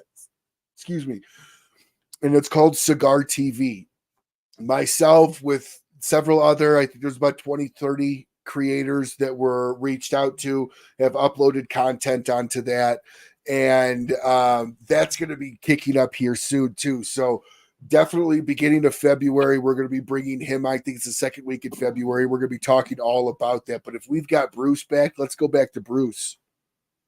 The headphones are not going to happen the rest of the night. Something No about worries, those headphones, man. once they conk out, you can recharge them, but they won't play ball the rest of the night. So my friends didn't ask me to do anything else. Thank you, Bruce. Love you, buddy. No, I actually, Bruce is smoking the Cameroon tonight. That is No, by I got the K far. Fire. No. Bruce Stark. Oh, yeah, right on. Smoking the Cameroon tonight. I have said this and I'll stand by this. I don't really care what anybody says. It's my palate. I think that's one of the best Cameroons in the industry. I've said that Thanks, to bro. you. I've said that to Karen. It is without a doubt my favorite Cameroon, period. The feel of that, just the feel of the finger feel of the wrapper is just, it's velvety smooth, super nice, slick. I absolutely love it. By far in the top of my favorite cigars for sure. Yeah, it's our number one seller. That doesn't surprise me at all. What size is the number one seller? The Toro, obviously. So are you guys moving a lot of Robustos, or is it primarily on the Toro side? Robustos are a funny cigar. I mean, some stores love Robustos, right? Europe loves Robustos, believe it or not. And the reason being is so cold outside, especially up in Scandinavia, that if they go outside for a smoke, they don't have time for a Toro. They have time for a Robusto, and that's it. So Robustos are very popular in some cold weather climates, but the Toro is always the champ. It always will be. It's the perfect size cigar, So walk us through in Europe versus the US. What are the preferred sizes? Are there Lanceros sell better over there? No. Lanceros are they're a novelty in the United States. They're a big novelty in Europe, and there's small audience for them. Robustos are number one in Europe for a couple reasons. In Norway and England, they tax by the weight of the cigar. So a Robusto weighs less, so it gets taxed less, which is ridiculous, but it is what it is. So we actually do a 4-pack in England, the 4-pack of Karen cigars, and all 4 of them are Robustos. That's in England, United Kingdom only thing for us, right? So there's that. The Solomons do well there. The big ring gauge don't do terribly well. So in Europe, it's Toro to Robusto mainly, and they don't, like a 6x60 is kind of just not in their wheelhouse at all. Cigar smoking in Europe is still like somewhat of a high end thing. It's so expensive. In the United States, cigars can be like blue collar to CEOs and everything in between. In Europe, it's still a little more higher end, right? And a lot of the cigar lounges are very like elegant, like guys wearing suits and shit. You go down to Miami, the girl that's making you a cafe con leche is wearing like a bikini, but like you're over in Europe and and the girl serving you a cocktail is wearing a dress. It's quite classy still. I mean, which I don't know if that's a good thing or a bad thing. I kind of like the whole relaxation because I'm a t-shirt and shorts kind of guy, but everyman experience. Yeah. So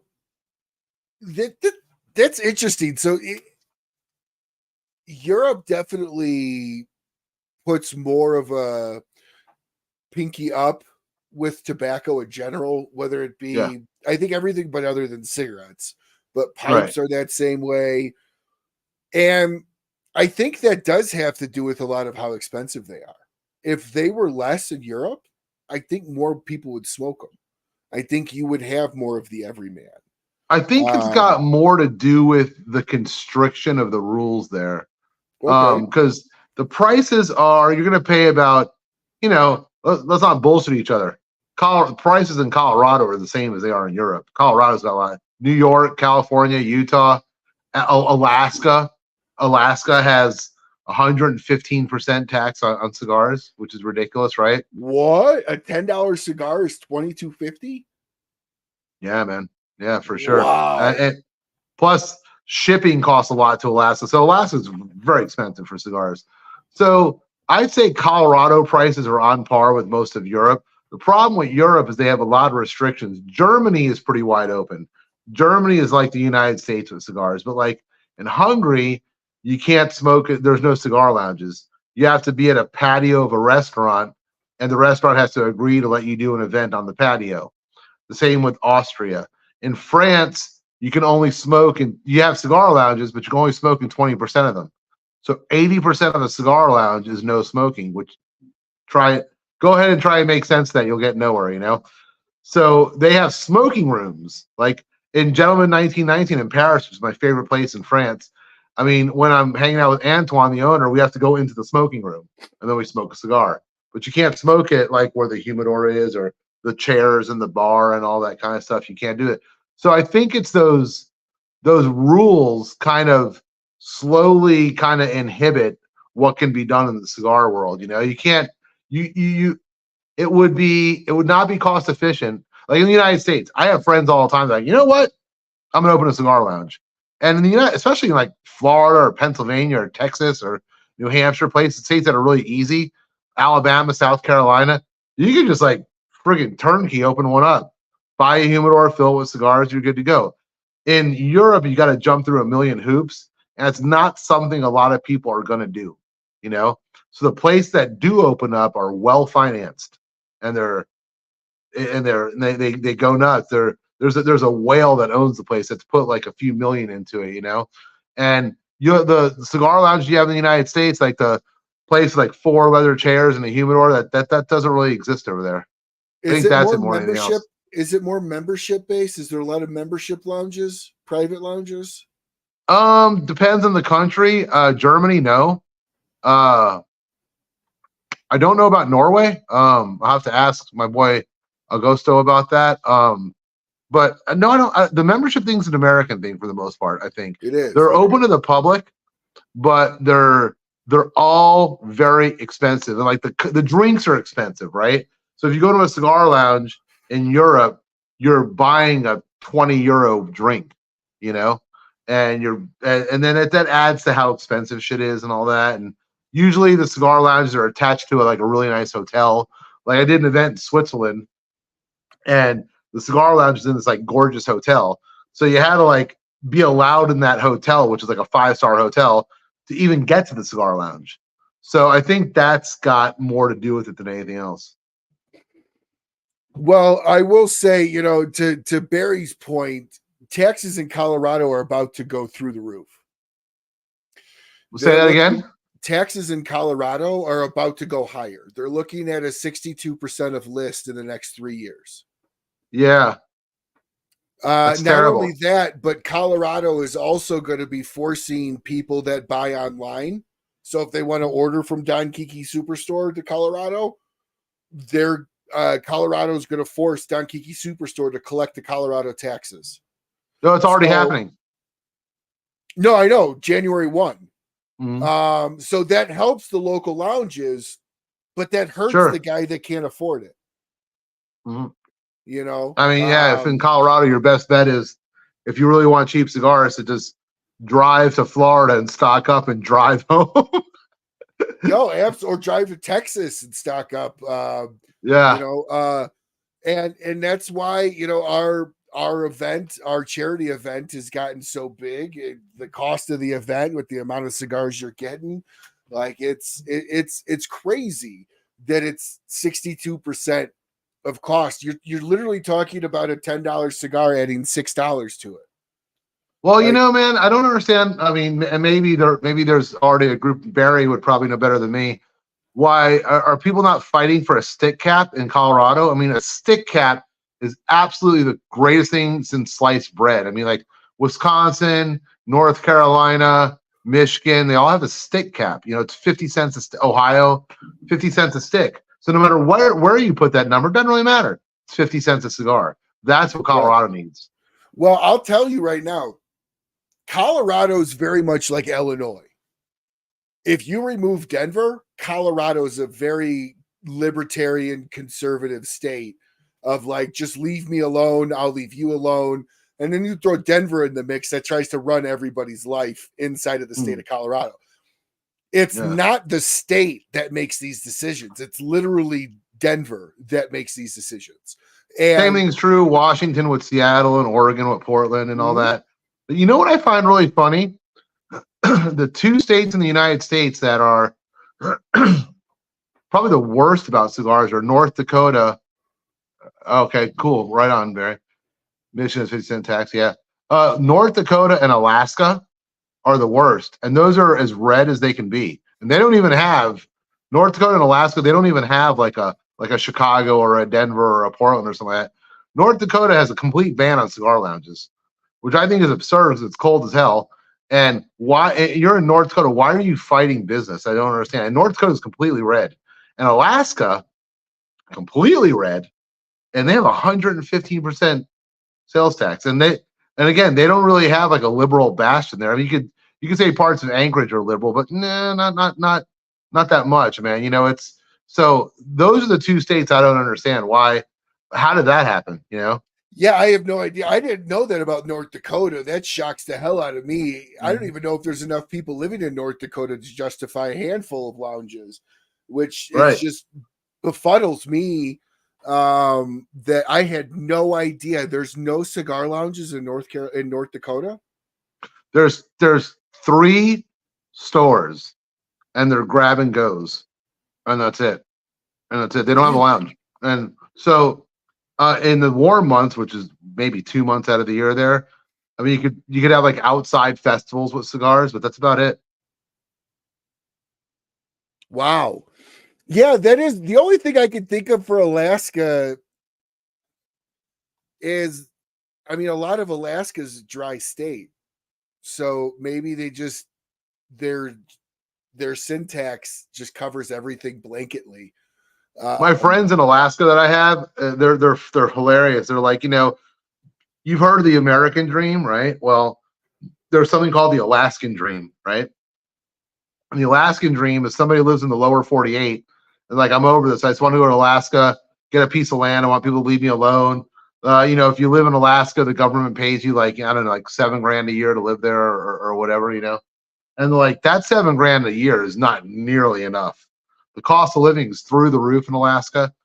It's expensive to live there. I mean, everything is super taxed. So they're like, yeah, people come here. And if you come to Alaska and you don't have a skill, a trade, or an education, you become homeless very quickly. It's kind of like Hawaii in that sense. Yeah. Hawaii, I understand. Hawaii is a pretty liberal state, though, man. I mean, yeah, but that all checks. Milk in Hawaii is like $6-7 a gallon. That's my point. It's just the expense of living is just more. Take out the taxes. It's just the expense of living because everything's got to be shipped in and flown in. So when you guys are looking at countries to go into, does shipping and how you're going to get your cigars there, does that play it into effect, or do you kind of figure that out after somebody wants your stuff? Does that make sense? Yeah. It's pretty straightforward. I mean, like, you know, like we just got our cigars at the end of last year in Poland, right? So they've got it all figured out already. There's an airport, the main airport in Warsaw. That's where everything goes to. And we ship directly from Managua, Nicaragua, directly to Warsaw or something like that, or to Budapest, Hungary. And it's all air. It's all air. It's not, there's no shipping routes or anything like that. I mean, there could be shipping routes if you're a massive company. I don't know, maybe Fuente sends a shipping container, you know, because they're big enough, but we're not big enough for that. So everything we do is airway. So it's just an airway built. It's pretty easy as far as that's concerned. The only thing is making sure all our paperwork out of Nicaragua is correct and all the paperwork we shipped them is correct. So when they go to customs at the cargo part of the airport, they can get their stuff out and not have a problem. No, they have one of the highest DUI rates in the U.S. North Dakota does. Well, it makes sense. Apparently, they probably don't have bars there either. You got to buy your alcohol and drive home. So, Bruce, I did not know that. What is the most difficult country? And difficult, I don't mean like difficult to work with. I mean like difficult country to actually get something approved. Well, New Zealand is dead. New Zealand is forbidden cigars, so New Zealand's gone. Australia is close behind. Really? Australia is like, yeah, they're heading in the direction of New Zealand. I think in New Zealand that like you have to be 32 years or older to get a cigar, and like next year it'll be 33, and then it'll be 34, and just kind of, so that's going away. Canada's pretty tough. Canada's our neighbor to the north, and like all cigars in Canada have to be black, which means like the box is black, right? You could have like that K-Fire band, but it's got to have a black wrap around it. So when they buy it, they can't see that band. They pull the black off, then they can see the K-Fire band underneath it. But everything has to be sold black in Canada. So that's troublesome. I still don't have a distributor up there, and I've talked to a few of them, and it's such a pain in the ass that like a lot of companies are like, don't know if it's worth it to sell to Canada because we have to make black boxes. We have to put that black. By the time it's all said and done, are we making any money? You know, so something Nick Perdomo once said, and I got a lot of wisdom from him. He was like, you make all the money you want in the United States. He's like, you can sell overseas and here, there, and the next thing, and that stuff will never amount to more than like 18 to 20% of all your revenue, you know? Well, does Canada, I went to Windsor to pick up a car for a buddy when I was 20, 19, somewhere in there. And I was smoking cigarettes at the time. And you bought a pack of cigarettes from Canada, and there's a black lung on the outside of the box. Right. Do they require stuff like that? Yeah. Too? Yeah. Really? Mm-hmm. Even though you don't inhale them. Have you ever seen the warning labels on cigar boxes in like Holland or Belgium or something like that? Mm-mm. Like half the box has to be covered with like a woman in a coffin or something like that, or a woman smoking and the baby inside of her is like smoking also, or a guy is coughing and there's blood in his hand. And the warning labels in Europe, in some parts of Europe, are insane. Wow. Yeah. So with all your travels, 41 countries you said you'd been to. What's that? Say it again. You said you've been to about 41 countries throughout your life? No, I've been to 55 in my life. 55. With all your travel, let's do the whole Bare Naked Ladies song. If Bruce had $1 million and you left, you took your family, kids are in college. By the way, Bruce has a unbelievable son that is immaculate at the French horn. We'll get into that. He made his college band, which is a huge achievement. As somebody that played trumpet for 9 years, that is very, very hard to do, to make college band. So congratulations to him. That's amazing. You got to be a proud papa for that. But if you had $1 million today to leave, do whatever you want, what country would you go to? Depends, man. My wife and I on our honeymoon, we went to Chile. We spent 17 days in Chile when we were down there. And Chile is really a cool country, man. It's beautiful. It's all mountains, a lot of earthquakes. But the standard of living for South America and Chile is not bad, man. It's pretty close to the United States. It's really kind of a semi-wealthy country. You know, it's not really third world. So Chile is really beautiful. I would probably spend some time down there. But I don't ever think I would completely leave the United States. I mean, you know, after you've been living here long enough, I love the United States, right? And I'm very critical of it. I mean, there's a lot of things we do wrong here, but there's a lot of things we do right, you know? So I would always have one leg in apple pie and have the other one somewhere else. My favorite place on earth is Europe, though, man. I mean, just because it's so cool to go to different countries and take the train around and all that. And my best friend that I grew up with here in Tampa, he married a Viennese woman. He moved to Vienna, Austria. And he's like, if you love it over here, he's like, why don't you move here like I did? And I was like, because if I move here, it won't be Europe anymore. It'll be home. And I don't want it to be home. I want it to be Europe.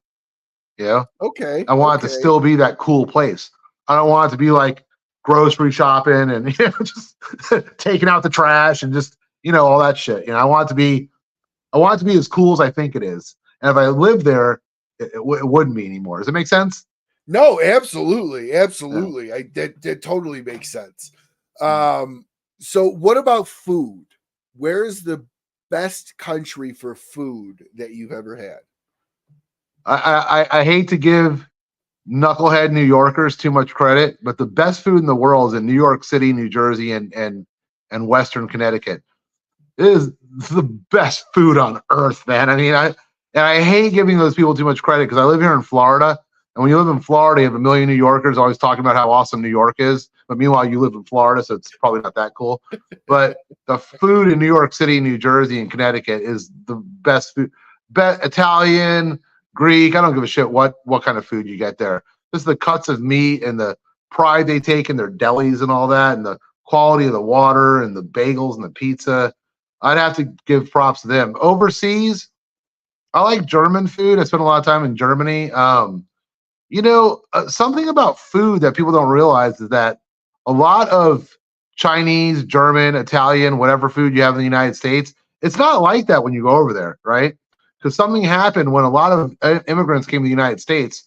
They brought their recipes with them, but they were in a country that had unlimited farming. Like the farming in the United States is the best farming in the world. We make enough food to feed the world like 10 times over, you know?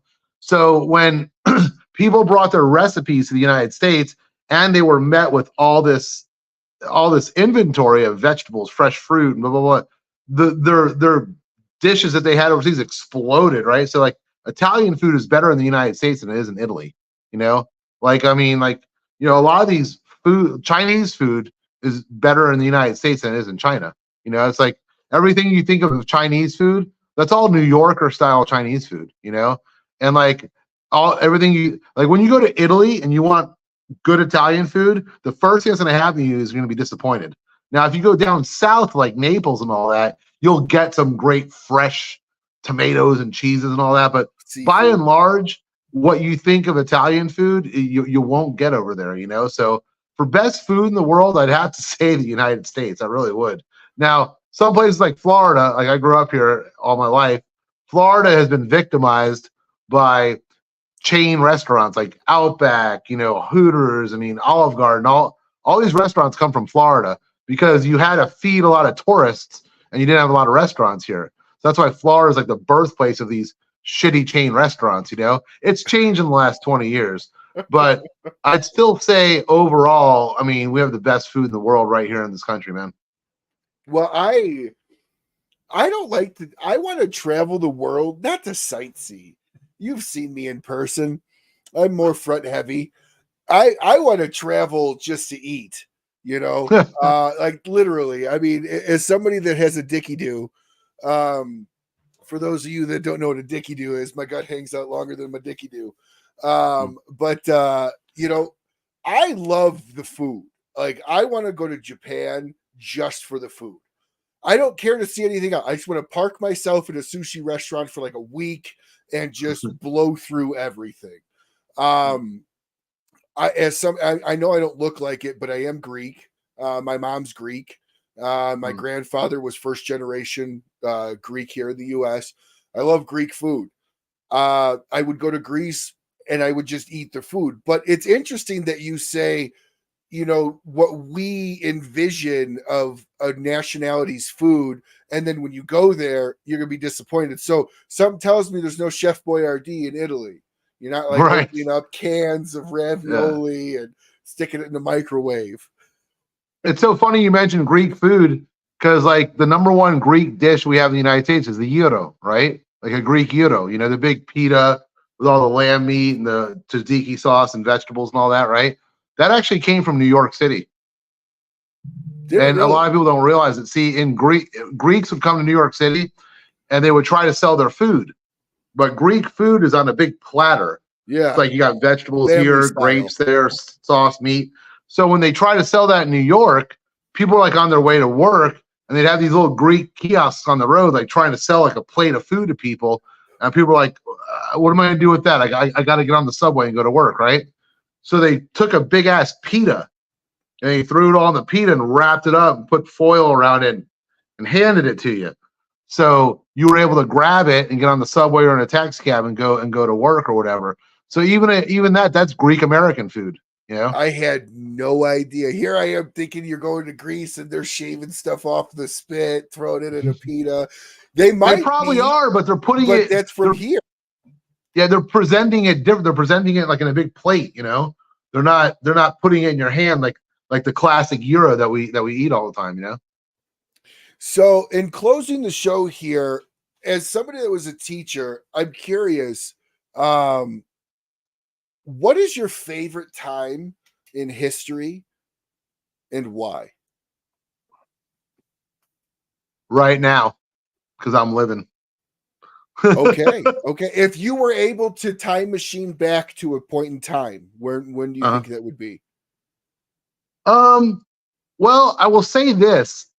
I was very intrigued by the Cold War, right? I found the Cold War to be fascinating because you had the Iron Curtain going through Europe, right? And you had like a fourth of Germany belonged to Russia. And then all those unfortunate countries that were caught between Germany and Russia all became Russian property, like Romania, Czechoslovakia, Poland, Hungary, all that, right? And that era was loaded with intrigue. That era was loaded with spies and people just like, just spies going back and forth and trying to sneak, secrets across the wall back and forth and all that. And it made for this incredible energy. I mean, look at Berlin. In the city of Berlin, you had raging capitalism in one half of the city, and you had communism in the other half of the city, right? And there's just a dichotomy of that was just mind-blowing, man. So if I were to ever go back in time, I would like to be in, Europe in the 80s and just like, get a special pass to go to Hungary or Czechoslovakia or whatever and bop across the border and check out what true communism was like. I know it's a dirty word in the United States, but a lot of Americans don't know what communism is. And when we say like taxes went up, oh, it's socialism, it's communism, that's not right at all. Communism was really a constrictive society. It was like, you had coupons for your food, you had coupons for your clothes, like you had coupons for furniture, like everyone had the same kitchen table, right? That's communism, right? So I would love to actually see, because I've studied in Germany before and I've been to communist museums and whatnot, but to actually, I'm sure I wouldn't enjoy it, right? But I'd like to actually be back then and just see what life was like behind the Iron Curtain. It's like live it for a week and see these people that were just yearning to get out of that, but like the forces were against them, And by the way, there's a really good movie called The Lives of Others. The Lives of Others. It's about the Cold War. It's about Berlin in the 80s and all that. It's about communism and capitalism, and fucking fantastic film, man. It's a German film, so you have to have English subtitles, but it's really cool. But I would like to see that. If you look anymore, communism doesn't really exist on Earth hardly at all anymore. You have North Korea, Venezuela, you have Cuba, and then you've got China, which does anybody really know what China is anymore? They're not communist. They're an interior communist country with an exterior capitalist governance. Yeah, for sure. But even internally, there's people making money the good old American way, just outpacing the person next to them, and selling their product for less and making better, So yeah, it's just some weird hybrid anymore, man. Yeah, and I've had this conversation with people, and communism on paper sounds incredible. What messes communism up is the governance. Like, I mean, truly, what messes every institution up is the governance of the institution. I mean, that's first and foremost. So, first off, what did you drink tonight? Because we heard a cork pull a little bit ago, and I completely forgot to ask you. Cavassier cognac, man. Ooh, living it up. You ain't getting that in those communist country. but you know what's so funny is the people in charge are getting it. Oh yeah, of course. Rules. It's like Saudi Arabia. Saudi Arabia is a dry country, except for all the sheiks, all the people in power. I mean, there's companies that ship like cases of Corona beer and cases of Johnny Walker Black to Saudi Arabia all the time, man. It's illegal, but people are drinking it, you know? Oh yeah, well, yeah. I mean, famously here, we had JFK order a pallet worth of Cuban cigars and then say no Right. more. You know, Right. so as you're kind of going through life right now in your second journey outside of a teacher, what are you most looking forward to for the next 5-10 years of your life in this journey? This is gonna be funny right here, right? And it's gonna sound terrible, but I'm gonna go ahead and say it because I'm just that kind of guy. I'm looking forward to me and Karen becoming very wealthy. Hey, that's great. And I'm looking forward to Karen Berger Cigars becoming the same size as Espinosa. I view Eric Espinosa and his company as like the absolute friggin' gold standard, man. I mean, he's a cool guy for one, great staff, and his company from top to bottom kicks much ass. I mean, the cigars are awesome, the packaging is on point, the sales force is on point. I mean, the marketing's on. It's unbelievable, right? And I think we can become that, you know. And every day I bristle with energy to like, man, what's our next step? What's our next step? Today I was on the phone for like 12 hours today, calling distributors and setting up appointments for TPE, and just like every time I think I've accessed a big chunk of the cigar world, it's like I pull up a rock and I see a million cockroaches underneath it. I'm like, I find more, you know. I find some guy in Minnesota that owns 30 convenience stores and he has humidors in all of them, you know. I'm like, shit, there's so much more, you know. Not that I don't love the small brick and mortars and all that, but we've already done all that, and I'm going to be loyal to everyone that's ever done business with us. But I'm really looking forward to the big companies and getting on board with them, because I mean, there's no reason why this world should not be smoking Karen Berger cigars. I mean, we make a hell of a product.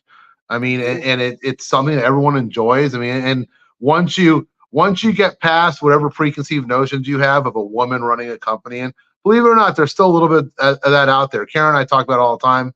She'll be like, "Oh, you know, if I wasn't a woman, we'd be bigger by now." I'm like, maybe there's a little bit of truth to that, but like, I think that we've still got the right trajectory right now. We're going to get to where we need to go. So me and Karen are always racking our brains as to what's the next step. And part of it's to make a lot of money, but part of it's, I mean, this is going to be my life work, man, Ryan. You know what I'm saying? This is going to be my life work. When I'm, 85 and on my deathbed, hopefully I last that long, I want to look back and hand this torch off to someone, you know, like hand it off to Genesis, Karen's daughter, and like, here, you got it. Go for it. Enjoy your life. My kids enjoy their lives, and everyone be able to get to do what they want to do, because I have busted my fucking tail for 20 years moving these cigars out there, you know? You busted your tailgate moving these cigars. How's that for an honest answer? No, that's an incredibly honest answer. I love it. I wish for that for you. I know you guys are gonna make it. Like I said, I really think you guys are a very, very Hey, Dave Yancey. secret, kept secret inside the cigar world. And when I get people to smoke your cigars, they're like, "Oh my gosh, this is great." Yeah. I get the whole female in the cigar world, but at the same time, my father-in-law and I went to a Rocky Patel Burn bar in Atlanta, the Burn Lounge. Mm-hmm. My father-in-law was blown away at how many women were in there smoking. It was probably 60-40 or 50-50 men, women. And wow. All the women were smoking cigars. All the men were smoking. He was blown away. The last several years, I have heard that women are one of the fastest growing populations inside the cigar world. Like, it is not tailored to women. It's not tailored to men. It's just has always seen that. And I do give a lot of that to Hollywood, giving the stigma, because when you look at the factory that you're about to go to, it's all women, and they're all smoking cigars. Like that's what I mean. Like, it is it is a very fast growing industry. I do think women like Karen Berger, women like others inside the industry that own their own brands, they will come into their full stride, and it won't even matter anymore, men or women or whatever. But I am a little curious. How many people think you actually own the company? Nobody. Because No, you are at this point probably the main face of the company, as far as you do the shows, you do the events, and a lot of I can see that people going, why did you name your company Karen Berger? Like, nobody's ever asked you that before? No, when I first started with Karen, I was kind of ignorant. I didn't really know how to run this thing too much, right? So I kind of thought that dragging Karen all over the place and taking her on the road was kind of how to do it, right? And like a year into it, Karen's like, Bruce, I'm exhausted, and I have a factory to run, and I got a store in Daytona Beach, and she's like, I want you to be the face. I want you to be out there for the company, And so I'm like, okay, but as long as the company is called Karen Berger, and every time I go somewhere, I have a poster of gorgeous Karen in the cigar field, in the tobacco field of the cigar and all that.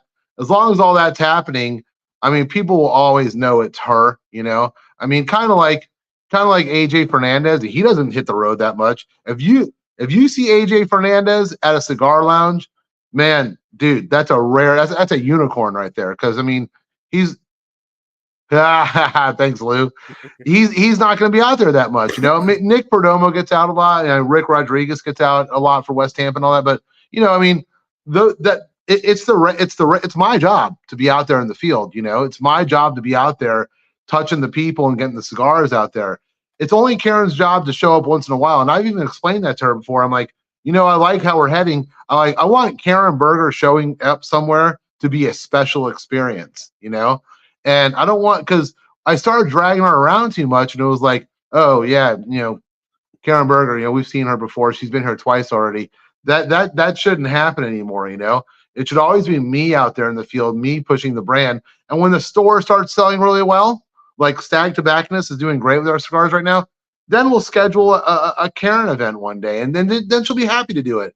But I think that she'll always be the face of the company. I never get that. I do get this a lot, that this company would be nothing without you, Bruce, And as much as I have a big head and I like to hear shit like that, right?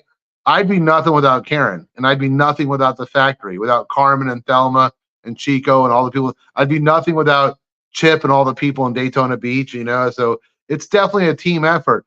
I stay in my lane. I do my role, man, and I make it clear to everyone that this is not my company. It's Karen's company, and I work for her. And does she pay me well? Yes. Is she amazing to work for? Yes. Is she one of my best friends in the world? Yes. But she's the queen. I work for her.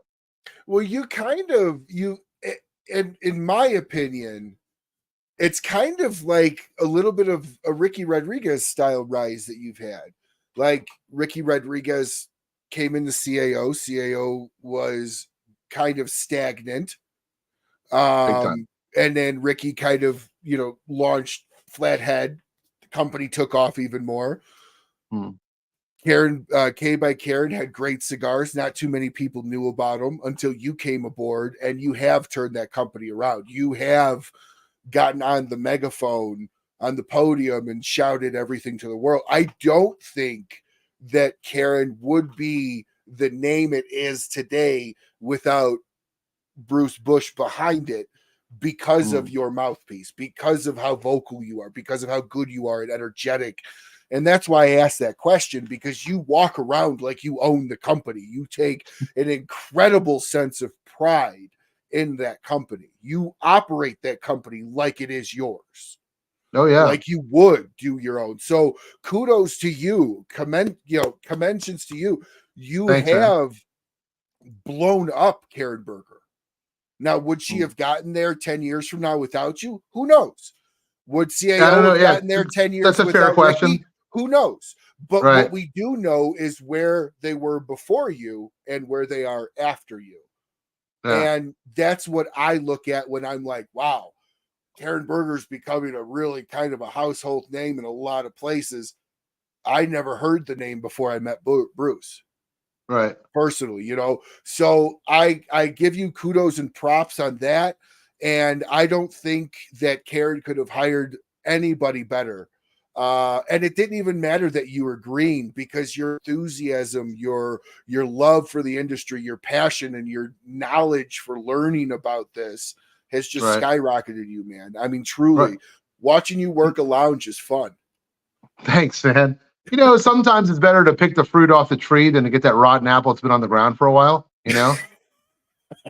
I mean, there are guys that I know, and I love them. I'm not saying anything bad about them. There's guys that have been in the cigar industry. Thanks, man. I appreciate you, Lou.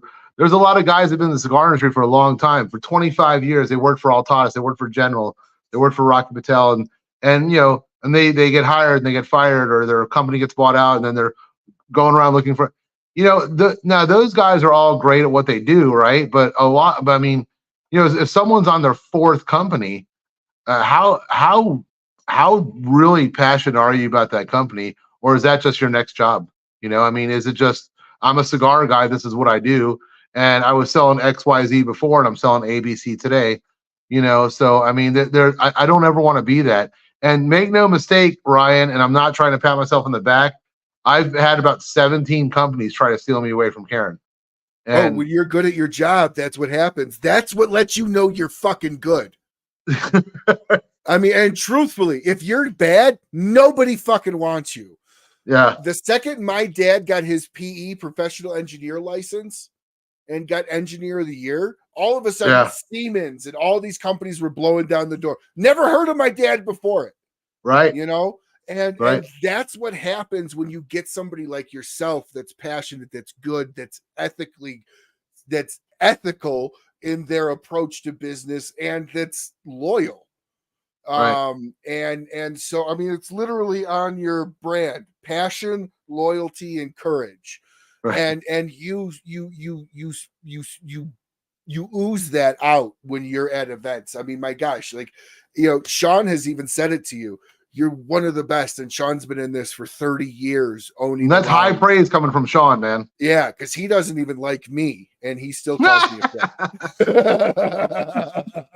Sean's a good dude, man. He's awesome. Yeah, no, absolutely. Well, Bruce, I am so happy that you came on tonight. You did me a big solid by coming on the show to start the year and kick the year off. This was fantastic. So I'll give you the closer here. Let everybody know what upcoming events you have, where to find you. Follow this man on Instagram, and you will get all of his updates, plus videos, plus content, plus great pictures of cigars as well. So, Bruce, let everybody know where to find you, how to find your stores, and where you're going to be at. The best way to find out what's going on is to friend me on Facebook and to follow us on Instagram, and you'll always see everything right there. We post constantly about where we're going to be, what we're going to do. The only events, February 2nd, I have an event at Tap and Ash in Las Vegas. It's after the TPE is over, and we'll be at Tap and Ash, which is a gorgeous bar, and we'll do an event there. February 16th, I'll be at Escape Cigar Lounge in Leesburg, Florida. And then after that, I don't have a lot scheduled. There's a couple of tentative things out there, but like I said before, TPE and PCA are really dominating the conversation for the first part of this year. So after that, just keep tracking me on Facebook and Instagram. We'll post out there constantly of where we're going to be in Brew Stark. Don't worry, man. I'm coming back to Michigan this year, man. I'll be doing some Michigan dates this year, I promise. And keep on the lookout for another in-studio appearance from Bruce as he takes his Rocky Mountain tour here. We're going to be having him in studio. We may even do something down at Stag. Who the hell knows? But ooh, that'd Bruce, be cool. I know, right? You could. Are you down for that? I can make it work. I'm sure. Okay. I can make it work. We would just have to section off a spot to where we could be at. But we could do a live or do a studio thing and then the event the next day. Either way, we can make that work. More than willing to have that discussion with you. So for all of you that tuned in tonight, thank you so much. This has been an absolutely fantastic show with the main man over at Karen Berger, Bruce Busch. So follow him on Instagram. Definitely, if you get an opportunity to go to a place where he is and Karen is, it's an absolutely fantastic opportunity. Jump over, say hi, mention the show, and he will absolutely make sure that you walk out with a handful or 2 handfuls full of cigars. I can promise you that. Promise you that. So thank you all very much for watching the show tonight. It's been another live episode of the Rocky Mountain Cigar Show here at the Smokin' Studios. Thank you so much. And to all the sponsors that make this show happen: BAMF Cigars, ROCF Cigars, Kristoff, Sagrado Cigars, New Air, Humidors, Micallef, Big Sky, Cornell and Diehl Pipe Tobacco, La Aurora Cigars, and our newest one is West Tampa, as well as thank you so much to Steve Sock over at Dunbarton Tobacco and Trust and Abe DeBabna down at Smokin' Studios. We've been drinking Axe in the Oak on the show tonight. And until we see you all again, smoke what you like. Smoke as often as you can. Have a great rest of your week. Bye, everyone. Take care.